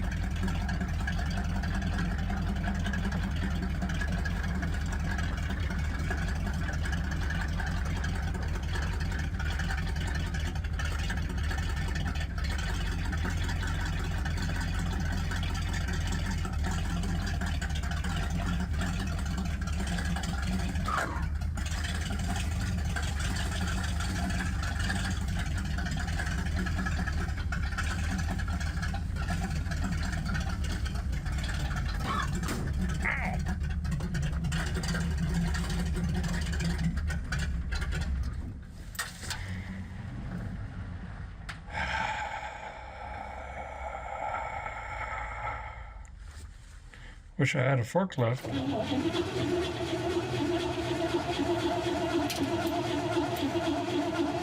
This thing runs good.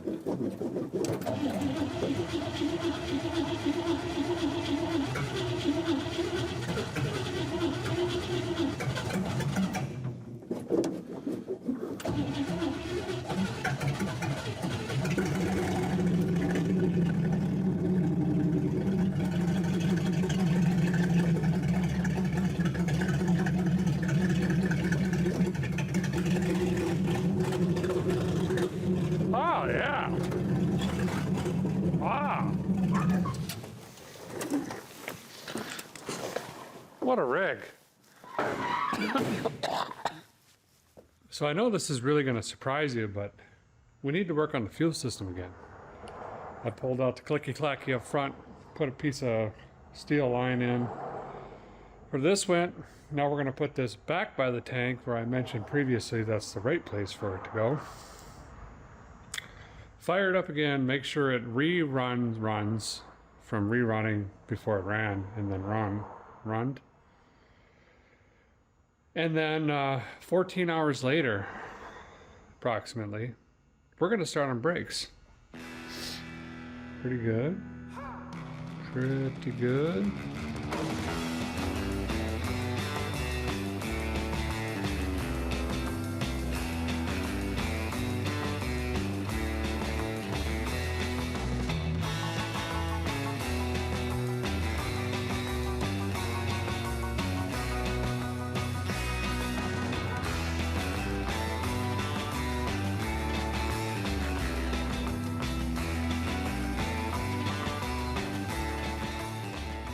All right, pumps installed in the back. Waiting for it to catch fuel. Hopefully we didn't burn it up. Come on.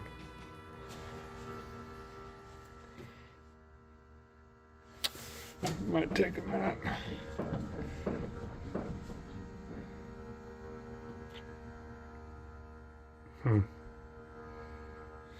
Okay, we got it.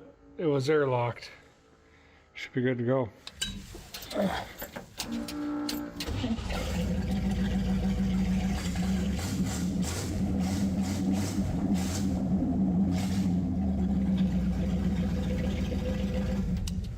Nice. Boy, it is getting late, but we got to press on. When your back's against the wall, you just got to scratch a little harder, you know? Let's get after brakes. It doesn't matter if we start in the front or the back. It's all got to be done. I think I'll just start in the back. I already started juicing up the fittings and stuff. Got to do a soft line, a T, and a hard line to each wheel cylinder from the axle at minimum. Trying to save the hard line that goes to the front because that goes to a distribution block right next to the engine on the cross member. It's hard to get to. Wheel cylinders, shoes, maybe drums, not sure. We use the air jack in the back here. It's going to be a long night. Let's get after it, see what we can get done before we fall over.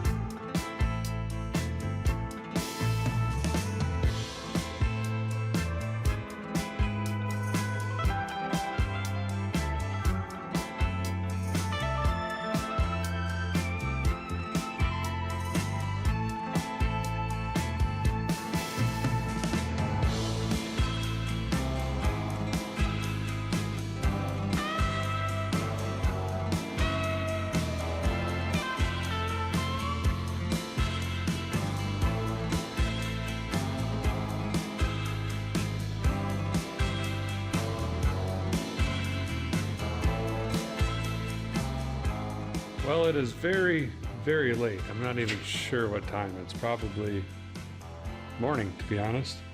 But we got quite a bit of work done. Redid the fuel line, cleaned up the frame rail actually. Ran a new brake line from the front to the rear. Went ahead and just did that. Ran the wiring for the fuel pump. Got that all attached and everything. Rear rubber soft line for the brakes. And got the captain side, rear wheel cylinder, shoes, all of that stuff in, new drum. All of that's in as well. Drained the rear diff fluid. It had a bunch of water in it. I don't have any juice, so I'll pick some up in the morning. Dropped the oil as well and cleaned up the filter cartridge, which is over there on the bench. And inside and outside. Went ahead and painted that, went on, because I had to sand all the barnacles off of that thing. But that's as far as I'm going to push tonight, tomorrow, or this morning, I think. Come back, finish up the brakes. We got to get a brake master in it. Do the fronts, engine oil, rear end oil, and maybe late afternoon tomorrow we can start heading home. That'd be all right, I guess. Okay, I'm gonna clean up. I'll see you guys bright and early today.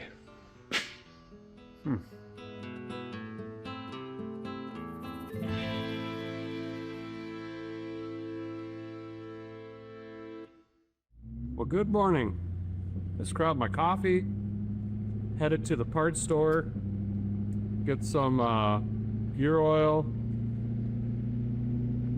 You needed something else. I can't remember what it was. Today's gonna be busy. Just checked out of the motel, so we're in it. No turning back now. This shop is always slammed, so I feel kind of bad. They're gonna be working around me, although hopefully they're still gonna do the exhaust because I can't drive that home open manifold.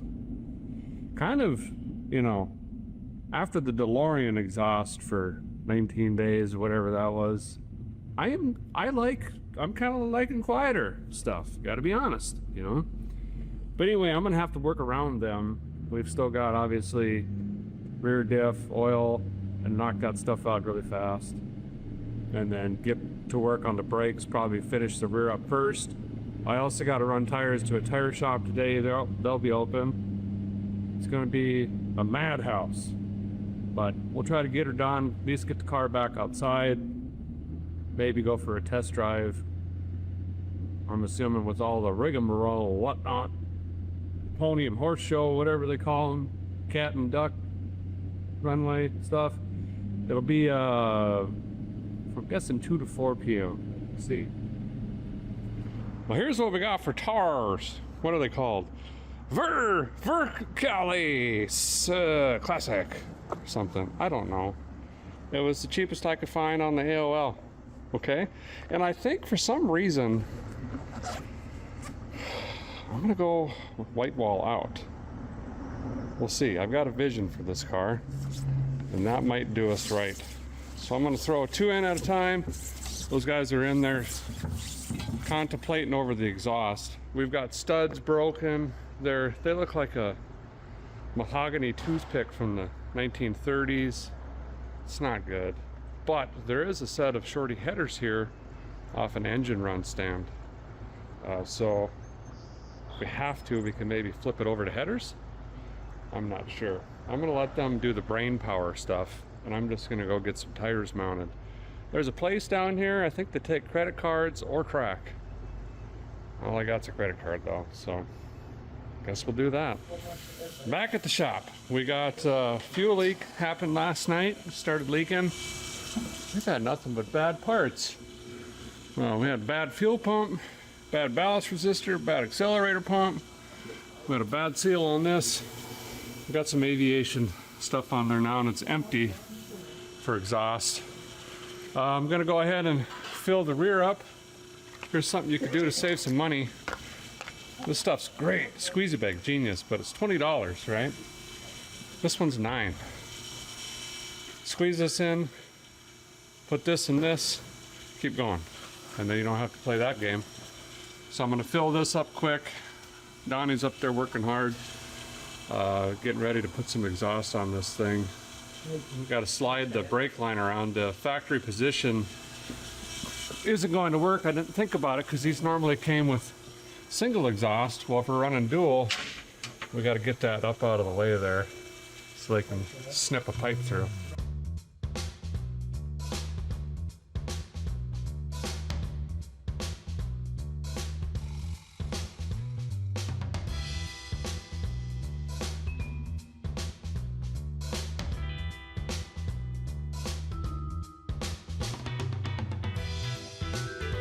I got one of those cheesy brake flare tools, but they got the nice ones, so we're gonna go ahead and use this. This is pretty slick. All you gotta do is operation 1, bam.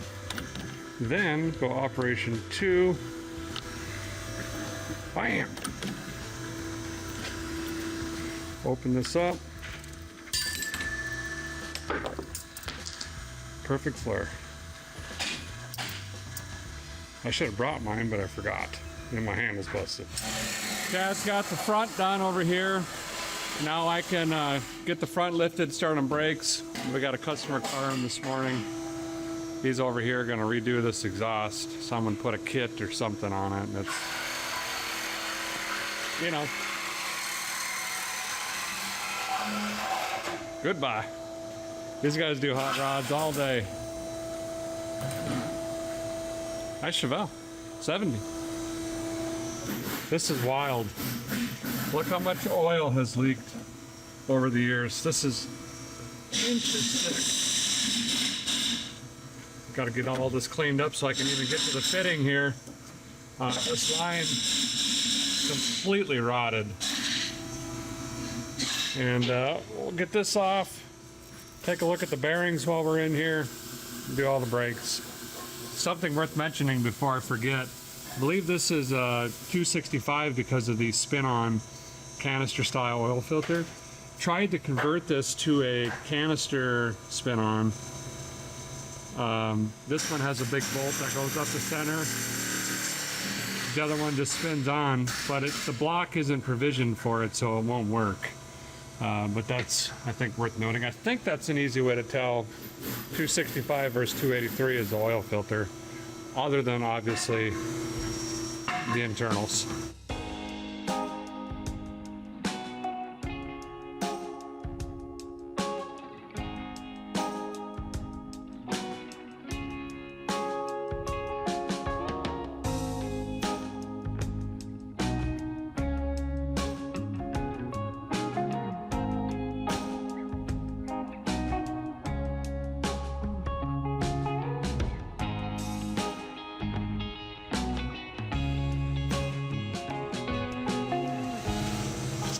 Yeah, might be bad.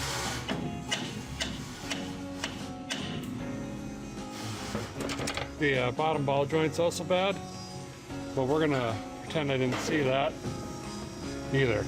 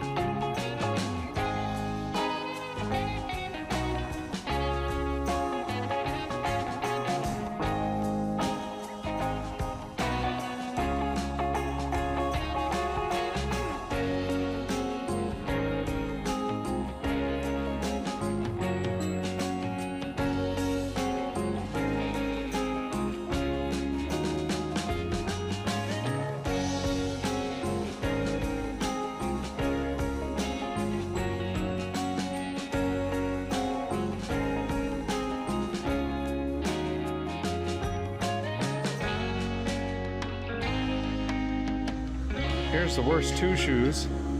One, there was nothing left. Literally, just stuck to the drum.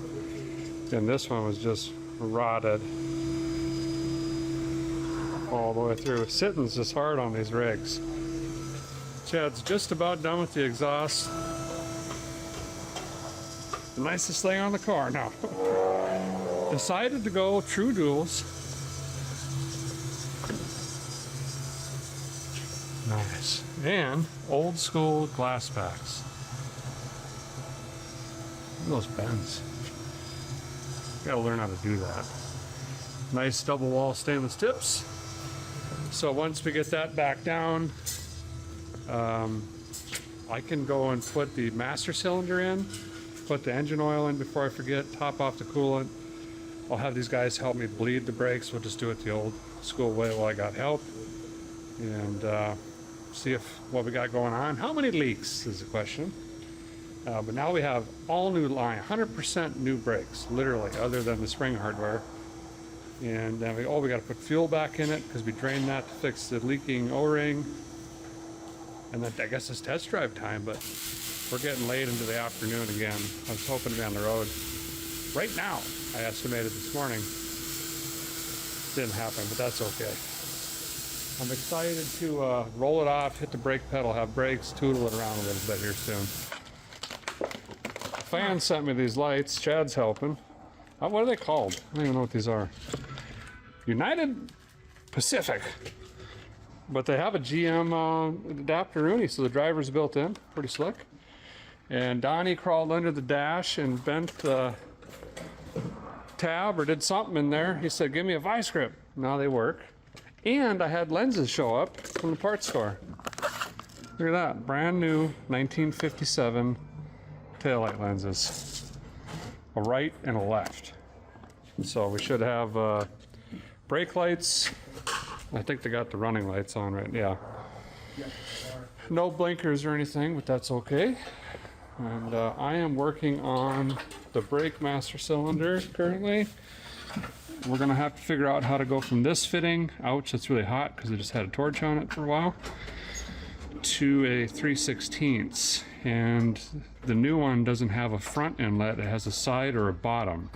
So that's gonna get a little interesting.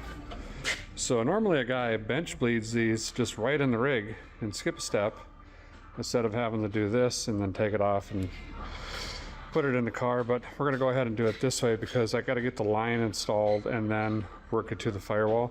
I'm just using this cheap little brake bleeder kit, has a bottle, a couple connectors. You guys have seen me use it 1,000 times. I just carry them in the toolbox. So now we'll just pour some juice in here. I'll work the piston on the master cylinder just like you were pumping a brake pedal essentially until we don't see any bubbles in this clear plastic tube. And that means we've gotten rid of all of the air in the brake master cylinder. And then we'll get it in the car. Now I gotta find something to push this with. There's gotta be a hanger or something. Here we go. There, yeah, perfect. Heavy duty muffler hanger. Oh. See those bubbles? We want to get rid of all those bubbles.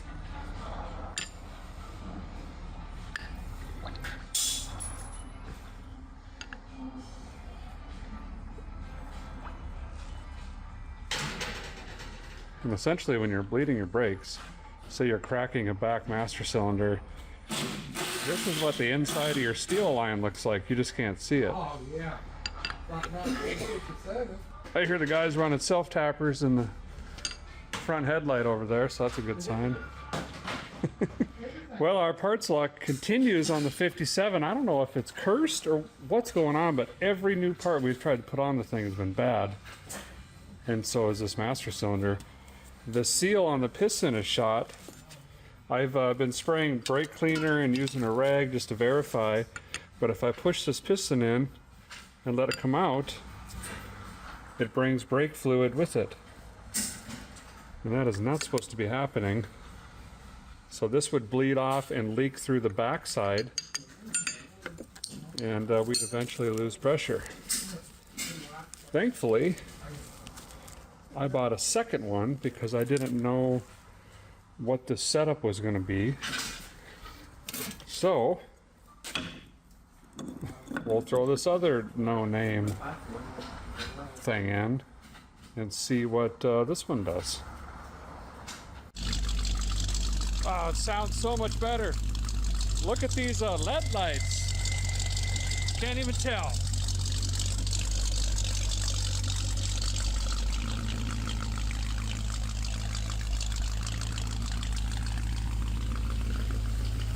We got some headlights. There's a heat riser that leaks a little bit. I told him not to worry about it because it was frozen to the manifold, and it would be a pretty big job, so we'll worry about that some other time. Really good news. Donnie's up there pumping. And you know my favorite sound after you do a brake job is when all of a sudden it goes.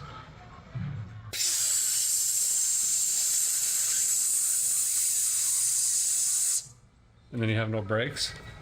Yeah, the one line I forgot about, didn't replace, that's impossible to get to and goes from the master cylinder all the way around the front of the engine, which is hidden underneath this cover and in front of the radiator that goes over to a T-block that's now impossible to get with the nice exhaust that was just installed on the frame rail over there that I already spent 5 hours getting the line off for the back. That one.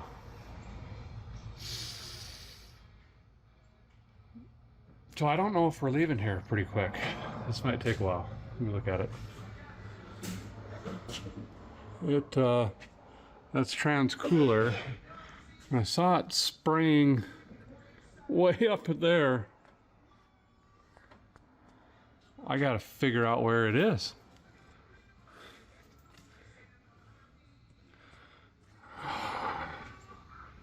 I think it's right here. I don't know. Okay, so that line goes to this junction block, which goes from the master cylinder to here, splits and grabs this wheel, then goes 1/4 inch across, up. I gotta get this out of the way eventually. It's the old, right? Oh, there, it's out of the way now. Over to there. But instead of trying to take the pan off and everything like that, I think we're just gonna bing bang zing boom bang boop. Call that pretty good. Hospital closed. All right. Oh yeah, the shoes are doing something over here. Lots of air.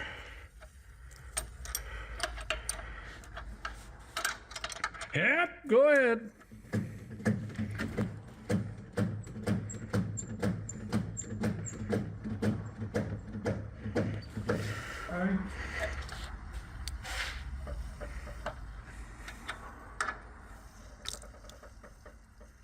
We might want to let it sit for a minute. It's foamy.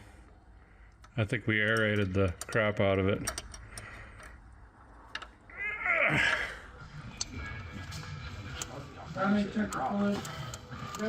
Yeah. I know. One sec. Yep, go ahead. Well, it is late at night. Car's running. Guys stayed after work. We've been having a lot of fun just hanging out and just farting around, having fun, climbing over the car. Fixed a bunch of little things, topped off the radiator. It is leaking. We put some K-seal in it. Fixed the kick-down pressure rod for the transmission. Robbed one off of a, we needed the little piece that spins onto the rod that has a hole for a cotter key. Robbed one off a 64 C10 back there. What else do we work on? Oh, I got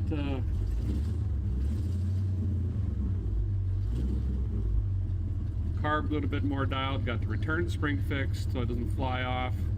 I don't know. Let's go for a little cruise and see how it drives, see how the brakes are.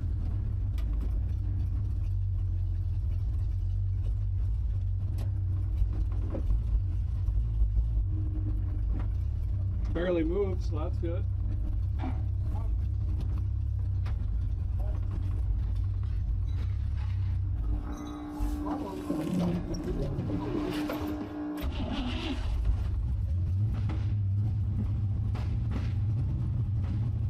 Paper lock.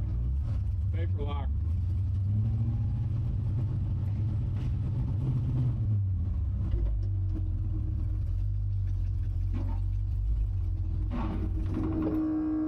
Okay, test drive complete. It quit. Well, I made it about 7 feet, which was pretty equal to last night. New issue we're seeing when it was sitting here idling and we were just letting it come back around, which by the way, it doesn't have blow by anymore. It's running pretty good. But we noticed that the fuel filter was completely empty, which means it's vapor locking. So now we've got to figure out what we're going to do there with that situation. Typically the heat is built up before the pump. That's not the case here because we're using a pusher. The fuel pressure is dead ending in the carb. There is no return, which is not helping. So once that fuel gets hot enough to boil and vaporize, it obviously just can't run on that. So maybe rerouting it, maybe running the steel line from under all the way up, because we have a chunk of rubber now running around the manifold and up over, because we tried to use a mechanical pump that was bad out of the box. I'm not really sure. The headliner bows are still in here. That's pretty incredible. So anyway, we're gonna hang out, take a look at it, see what we can come up with. So one of the ways you can kind of figure out where you're creating the heat source or where it's hottest in your fuel line is just use one of these little heat gun things, you know. Boop, boop. 78, that doesn't seem right.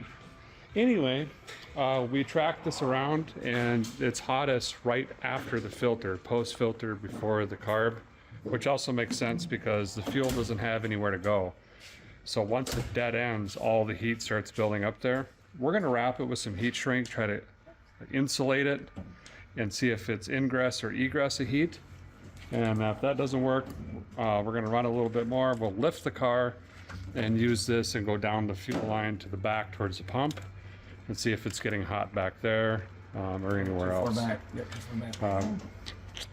Probably the proper fix would be putting a mechanical fuel pump in, but that is not fun on this rig. I already went through that fight. And can we even get one at this point? Definitely not tonight. It's 0 dark 30, so. Well, we think we fixed the fuel issue, rerouted the fuel line back over there. Again, using the temp gun, we found the heat source was down by the heat riser, moved that around. But now we have to use a meter. Car shut off, couldn't get it fired again. The coil has failed, and that's because I believe I was bypassing the external ballast resistor because that failed new out of the box. So we're going part shopping again, out in the yard, more stuff off of my C10 truck. I've got an old, well, handful of old trucks here I just haven't gotten around to yet, and they've been a great resource for parts. Let's see what we can find. Whew, what a night. We've been through multiple parts, coils, ballast resistors, you name it. We keep having a really crazy intermittent spark issue. And this one's out of my Impala, and so is that. But anyway, it came down to this. Started noticing this. We've got a really worn out, severely high mileage points distributor. So we're gonna deal with that tomorrow. It's very, very late. Got our discoed for tonight. I guess we're not gonna hit the highway tonight, but tomorrow's another day. So tomorrow bright and early, we'll be yanking all the ignition back out of this car. We'll put in some other used junk. Hope that that works. I've got 2 or 3 laying around here. Chad might also have one at his house. Is known good. That might be an option. I'll horse trade him something for it. I might take him out for a 9-ounce sirloin or something. Trade for that. And but we've made huge progress yet again today. Tomorrow might be the day we stick it on the highway. See you tomorrow. Well, good morning. Bright and early, back on it. Look what I got. This is out of a parts car, but it's not all worn out. It doesn't have a bunch of play in the shaft or anything like that.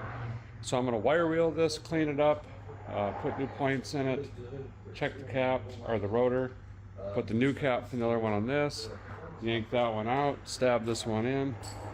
You know the process. I'll update you when I get this looking better. Well guys, got it cleaned up, good as I can. Oiled it, put some grease on the cam in there, replaced those parts, set the points, made sure the springs are working on the mechanical side. This is the old stuff that came out of it. You can see those are sulfured up pretty good. So we'll toss this away. We'll get that one out quick, jam this in, and by golly, I think we'll have her whipped. Nope, something else will break. Hey, by the way, I think the radiator, it's still a little wet, but it's rebuilding currently. It might take longer. Okay, so old, new, new, old, new to me, old, less junk here.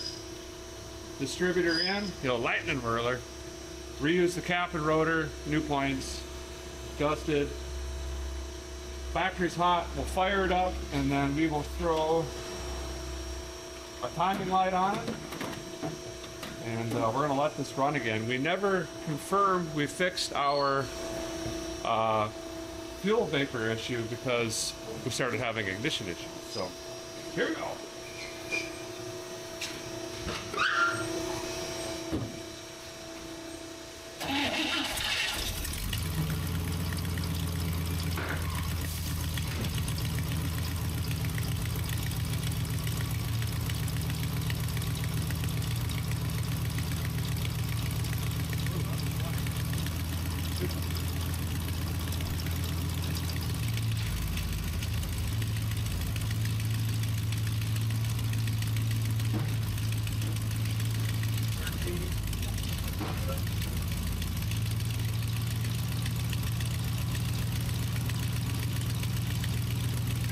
It seems to like that.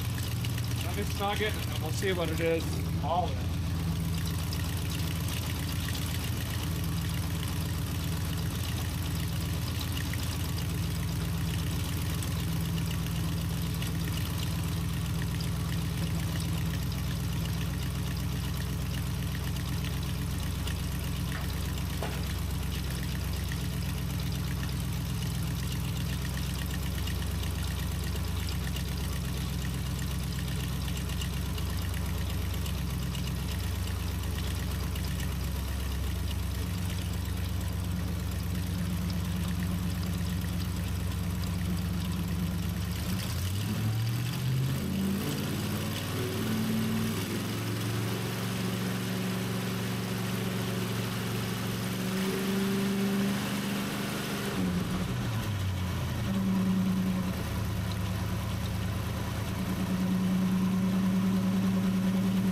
Little more.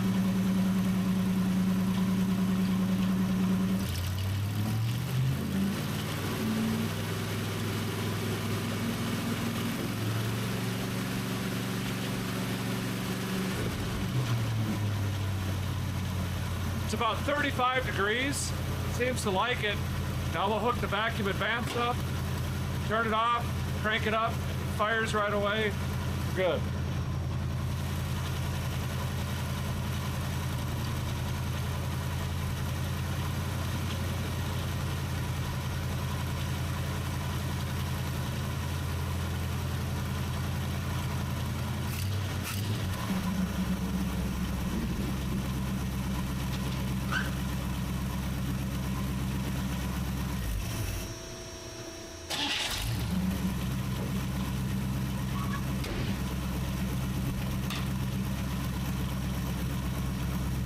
All right, it's back.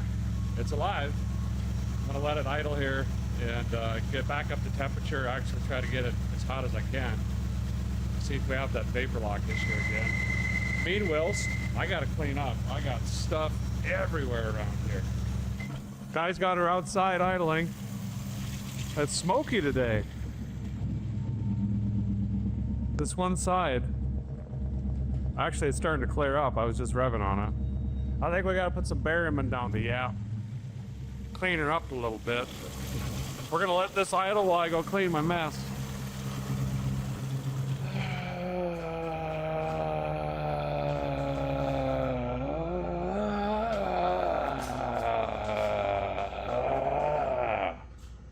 Back at the shop. Transmission lines puking. So we're going to fix it by using this used transmission cooler which I believe might have come out of Independence. I'm pretty sure. Gotta jam this on the front, show you. Something like this. Snag some hardware in there, bolt down there. We'll run some fresh lines through this hole, which is already there, back to the transmission. That'll help keep that cool. Also, the cooler then hides the radiator leak, so you can't really see it that good. See? One leak. So, I don't know. We're hitting 2 cows with 1 bumper or whatever.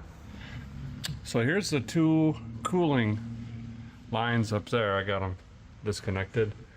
Got new copper clad. These won't rot, you see. And just bent similar-ish.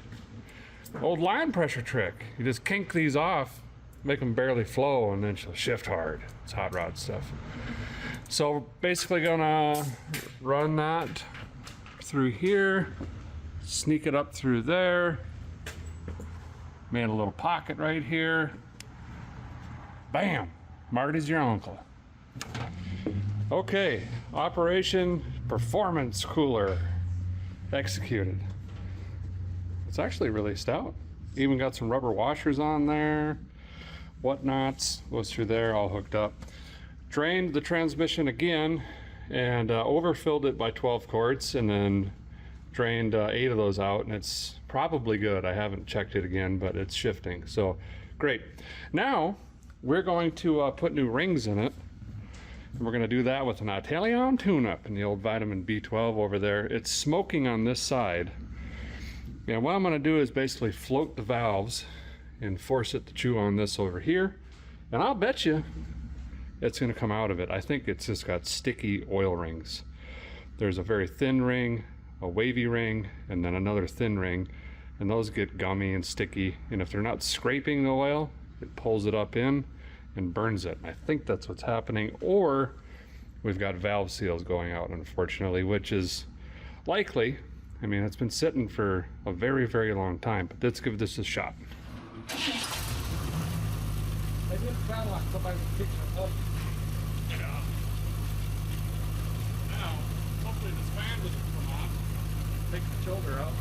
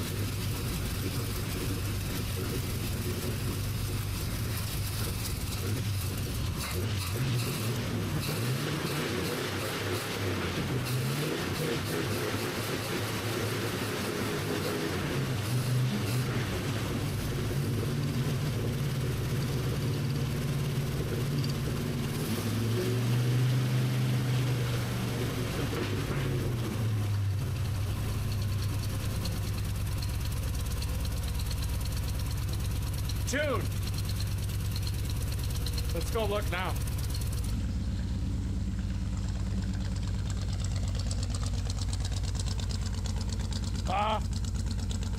Still smoking. Not as bad though.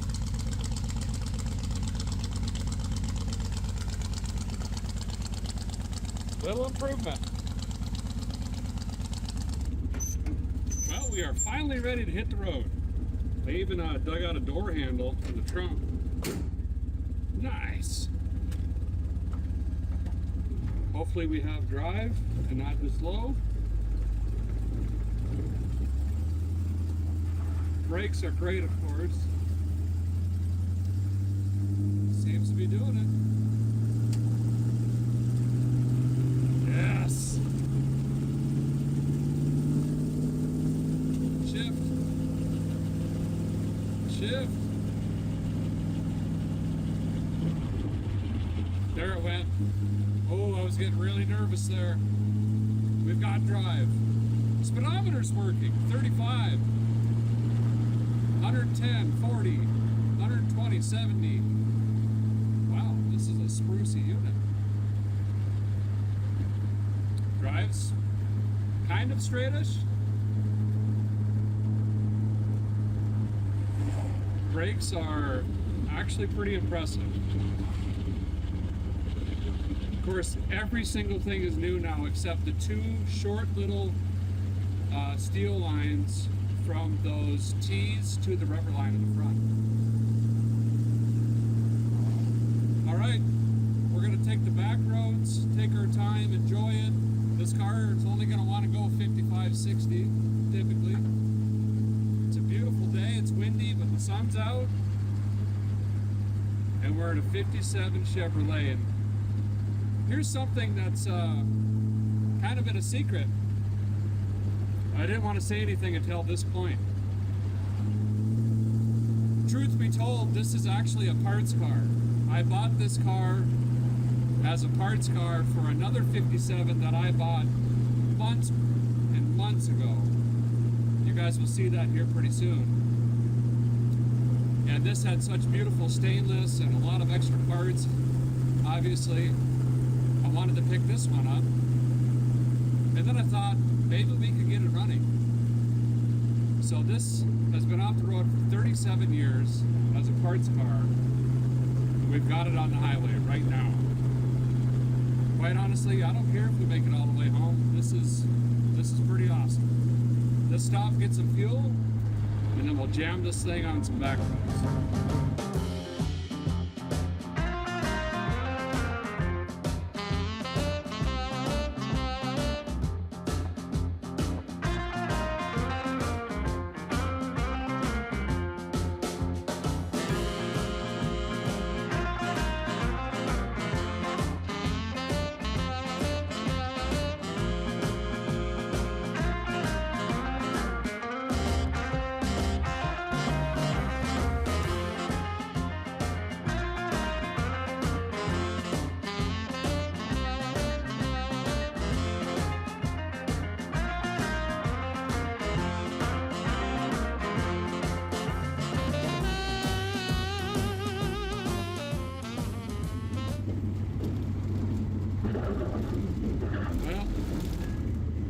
I just lost brand new wheel bearings.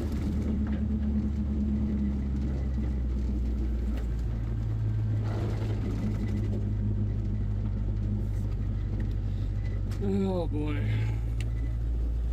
Pulling over here to check it out.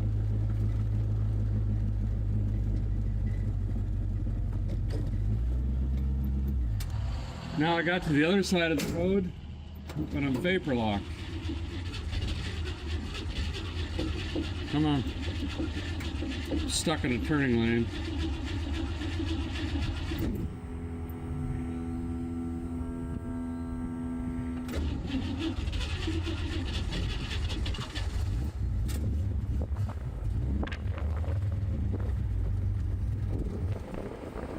Ah.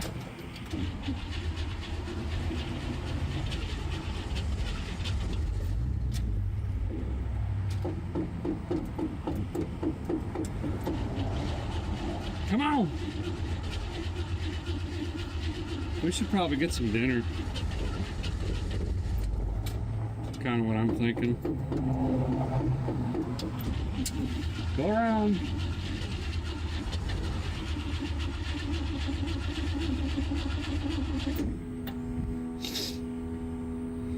Well, I think the brake hardware came apart and the new wheel bearings, which, you know, everything new we've put on this car has been junk.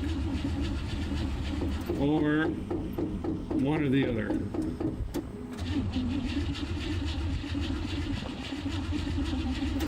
Oh boy. Can't make this up. An O'Reilly delivery driver just swung over and asked if I needed help. He's going to help me push it around the corner here into this gas station. So at least I'm out of the traffic. And then we should find an egg sandwich or something, you know? Dinner time. And then we'll figure it out. There he goes. His name is Cody. Help push. Appreciate it very much. I don't think we're out of fuel. Nope, we are not. So vapor locked, or the pump went out. And on top of that, junk. Let it cool for a while. Sputtering along. The front is terrible. Sounds bad now. But guy needs to chew on something. Oh boy.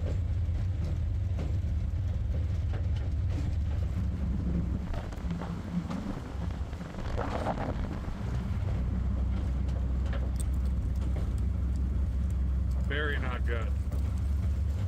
I left my jack stands in my truck, so that's not good. We'll try to figure something out. Brake master cylinder just blew out. See all that wetness on the floor? Yeah, it's shot. Back seal is leaking. All the fluid's just going right there. Same thing the other one was doing. I think I'm in a town called Brimble. A bunch of B's and L's, so it's not it. So to recap, the second brand new master cylinder out of the box has failed. I've got no brakes. And the brand new wheel bearings and brake hardware have failed on the left front. Add that to the list of failed fuel pump gasket, ballast resistor, accelerator pump, fuel pump, and some other stuff. None of these parts came from O'Reilly, by the way. So I'm gonna do the right thing and go eat. And then we'll figure it out. If you're gonna get a cheeseburger, throw some jalapenos on it. Okay, so here's the deal. Called every single parts store in town. No one has the bearings. There's actually a company called Volunteer Bearing that does nothing but bearings. They're 20 minutes from here. They couldn't locate it either. Luckily, O'Reilly has it at their distribution center. Sorry about the wet. Commercial driver is bringing that to this store in town. So we're going to try to nurse the car to the O'Reilly in this town. I guess I'm going to have to buy a jack and blow this thing apart. Try to have it ready for these bearings to show up. Try to fix everything. Got a master cylinder coming as well. Should be our third. And maybe we'll get home late tonight, early tomorrow morning.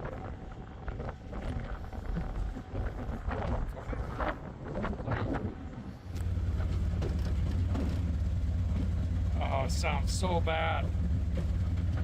Worst thing you can do is drive on blown wheel bearings or whatever's going on up there, but we ain't got a choice. Hopefully it doesn't take the spindle out. Okay, we're posted up. Got me a jack and some wheel bearing grease. I think that's all I need at the second. We're gonna tear into this thing, see how bad the damage is. Met a nice guy, he's got a 57. I popped the trunk. We made some deals on some extra stainless that I had above and beyond what's on this car and made my money back. So we're doing okay. We're going okay. I jack this thing up. No jack stand. We'll just be careful. Try and save some panties here. Get this tire off. Get the hub off, or the drum off, and then we'll see how bad it is. Well, that's all that's left. The bearings. It got so hot as that was failing. Melted all the rubber, everything, and unfortunately it got the spindle. But the good news is, see the outside here, that's where the race still somehow existed.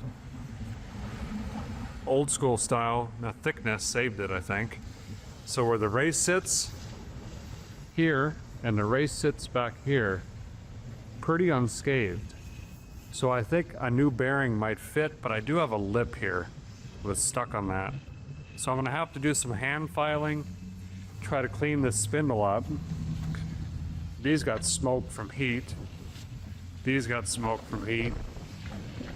Everything got, you know, nothing's tight anymore. The pins got stretched, everything. It was so hot. But we might be able to patch this up. Not quite sure yet. We gotta look further. Seal's obviously shot on this. I gotta go in and get some punches and some hammers and see if we can even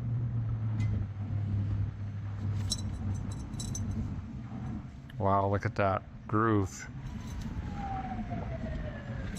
That's from this. So that failed. It was walking its way around. That hub is smoked. Ugh, what a mess. We get some tools and see if this hub is savable. If I can't save this piece, some bearings ain't gonna help us. So windy, I jumped in the car so y'all can hear me. Okay, so you know, vehicles will talk to you. You just gotta read and scan the peepers and stuff. I don't know why I got on the passenger side. So here's what I think happened looking at what we have left on the front there after catastrophic failure. And I'm not upset at all. You gotta think, we're in the thousands of cars at this point. I've done this thing, get it running, drive it home. I've only lost wheel bearings 3 or 4 times, and one of them was a Chevy that I built in 2 days and drove all on power tour, and I don't even think I checked the bearings. This one's just odd because they were new. But nearest I could tell, the outside wheel bearing was fairly intact. It still had the plastic retainer or race in it, although melty. The inside, all of the bearings were gone, and based on the spindle track marks, you could tell that the tire came in, meaning the inside bearing went out. I think that wheel seal, that old velvet style wheel seal failed. The inside wheel bearing went, all of the grease ejected and boiled out, and that's what trashed everything. That's when the excessive heat came into play. The rubber boots on the wheel cylinder are melted. It takes about 200 degrees Celsius, and for those using Fahrenheit, that's about 394 degrees to melt. Exceptionally hot. I mean, it took engine paint off the drum. I then believe the chain reaction was the brake fluid in that wheel cylinder superheated, heat rises, it found its way into the master cylinder and warped or melted the O-ring on the piston on the master cylinder, and that's what started that leak. All because of one bad wheel bearing. So I just like to try to understand what happened before going forward. It's like you have to understand the past to figure out the future, you know what I mean? So anyway, we should have wheel bearings coming up here pretty soon. Big thank you to O'Reilly. The folks here have been fantastic. We've been chit-chatting, having a good time. And kind of on a busy street here, but we're making her happen. Get these wheel bearings in. I got 2 sets coming just in case, because at this rate we're going to have to put wheel bearings in again before we get back home. So I might as well have another set. The brake master cylinder is coming back around. So I think as the temperature is now going away, maybe we can limp home on what we have. It does have low gear, for Pete's sake. So keep that in mind. I might try to play some Keno or something, or some poker, roll some die while I'm waiting, you know, and I don't know. That's where we're at. Waiting game. We're waiting.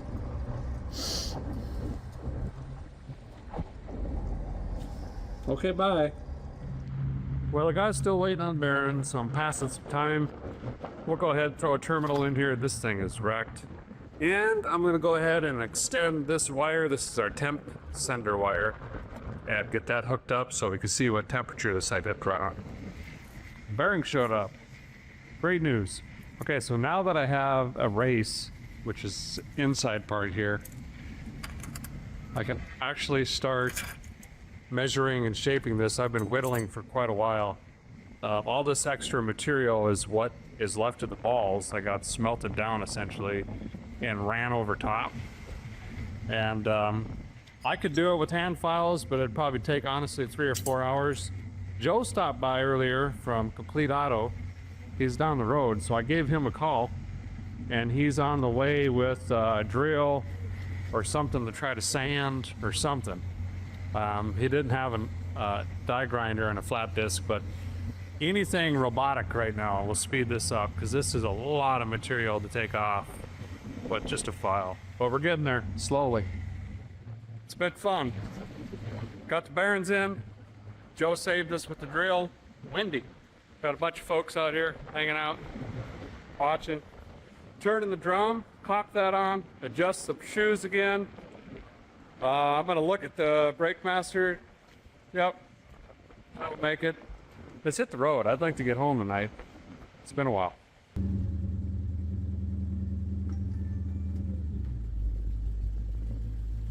Okay, we are back on the road. Drum turned out nice. Yeah, I got the waller out of her. Met a bunch of great people. We had like 30, 40 people here at one point. That was fun. I guess news spread quick through this little town here. It's cooled down enough now. Maybe we'll vapor lock again. That would be nice. Brake pedal is pretty much on the floor, but they only slow you down. Got the headlights going again. The high-low dim switch is kind of finicky. You just gotta keep stomping on it. But we are back on the road. As I say that, I'd almost quit. That's fine. Let's see if we can get back tonight yet. Hopefully no more breakdowns. Front's nice and quiet. Everything is good. We're cruising in a 57 Chevy parts car. What could go wrong? It's not shifting. Still not shifting. Still not shifting. Still not shifting. There it shifted. What could go wrong?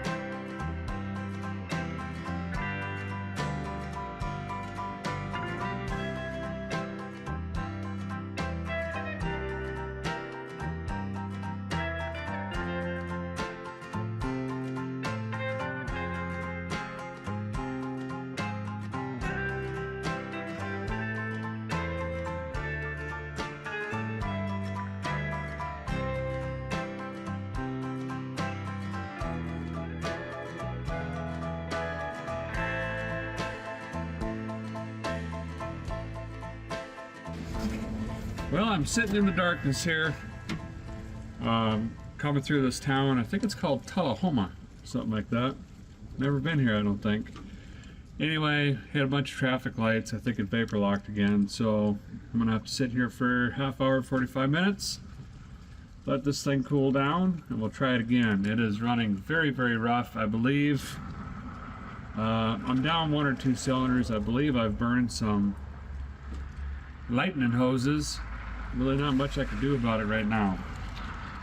Might try to limp it home like this. I don't have any other wires with me. Hindsight being 4/16, I should have thrown some in from the old kit, but I was in a rush. You know how that goes. Oh, finally, we got fuel back. Okay, let's hit the road again.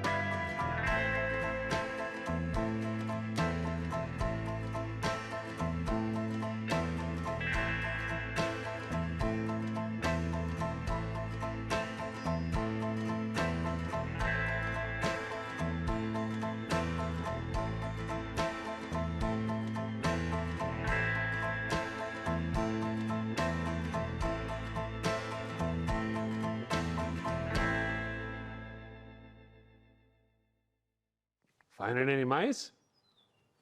Well, very late last night, the 57 Chevy clawed its way back into the driveway of Vice Grip Garage. Albeit running extremely poor, it made it. 37 years off the road, and we were able to put this parts car back on the road. That's pretty awesome. There was some parts there. Got really sketchy last night. It started pouring rain about the last 40 miles. 2-lane roads, 1-lane roads, and then it was pitch black, no cell phone service. And the guy can't help but think, this is it. This is when finally someone's gonna call me about my car warranty and not be able to reach me. That'd been pretty awesome. You know, this car was cankerous, stubborn devil, but it ain't ever met a guy like me. Tell you that much. It did fight us something fierce, but now I'm really torn. It's clearly more than a parts car. Do we keep going? Do we keep putting time and some pieces into this, make it a pretty nice little driver, and then send it on down the road for someone else to enjoy and finish how they want to do it? Or do we hang on to it for now just in case? Because keep in mind, I have that other 57 we need to go pick up, and it might need some doodads and whatnots. I don't know. You guys bleep bloop it down there in the comments for me. Hey, do me a favor. Check if you're subscribed. If you're not, it's free. There's no obligation. Just hit the subscribe button, hit that little bell. You'll get notifications of free videos like this. They go up every single Friday. Thanks, guys, for watching. Appreciate you so much. We'll see you in a week. I've got a bunch of unpacking to do. Extra clicky clacky. And a jack.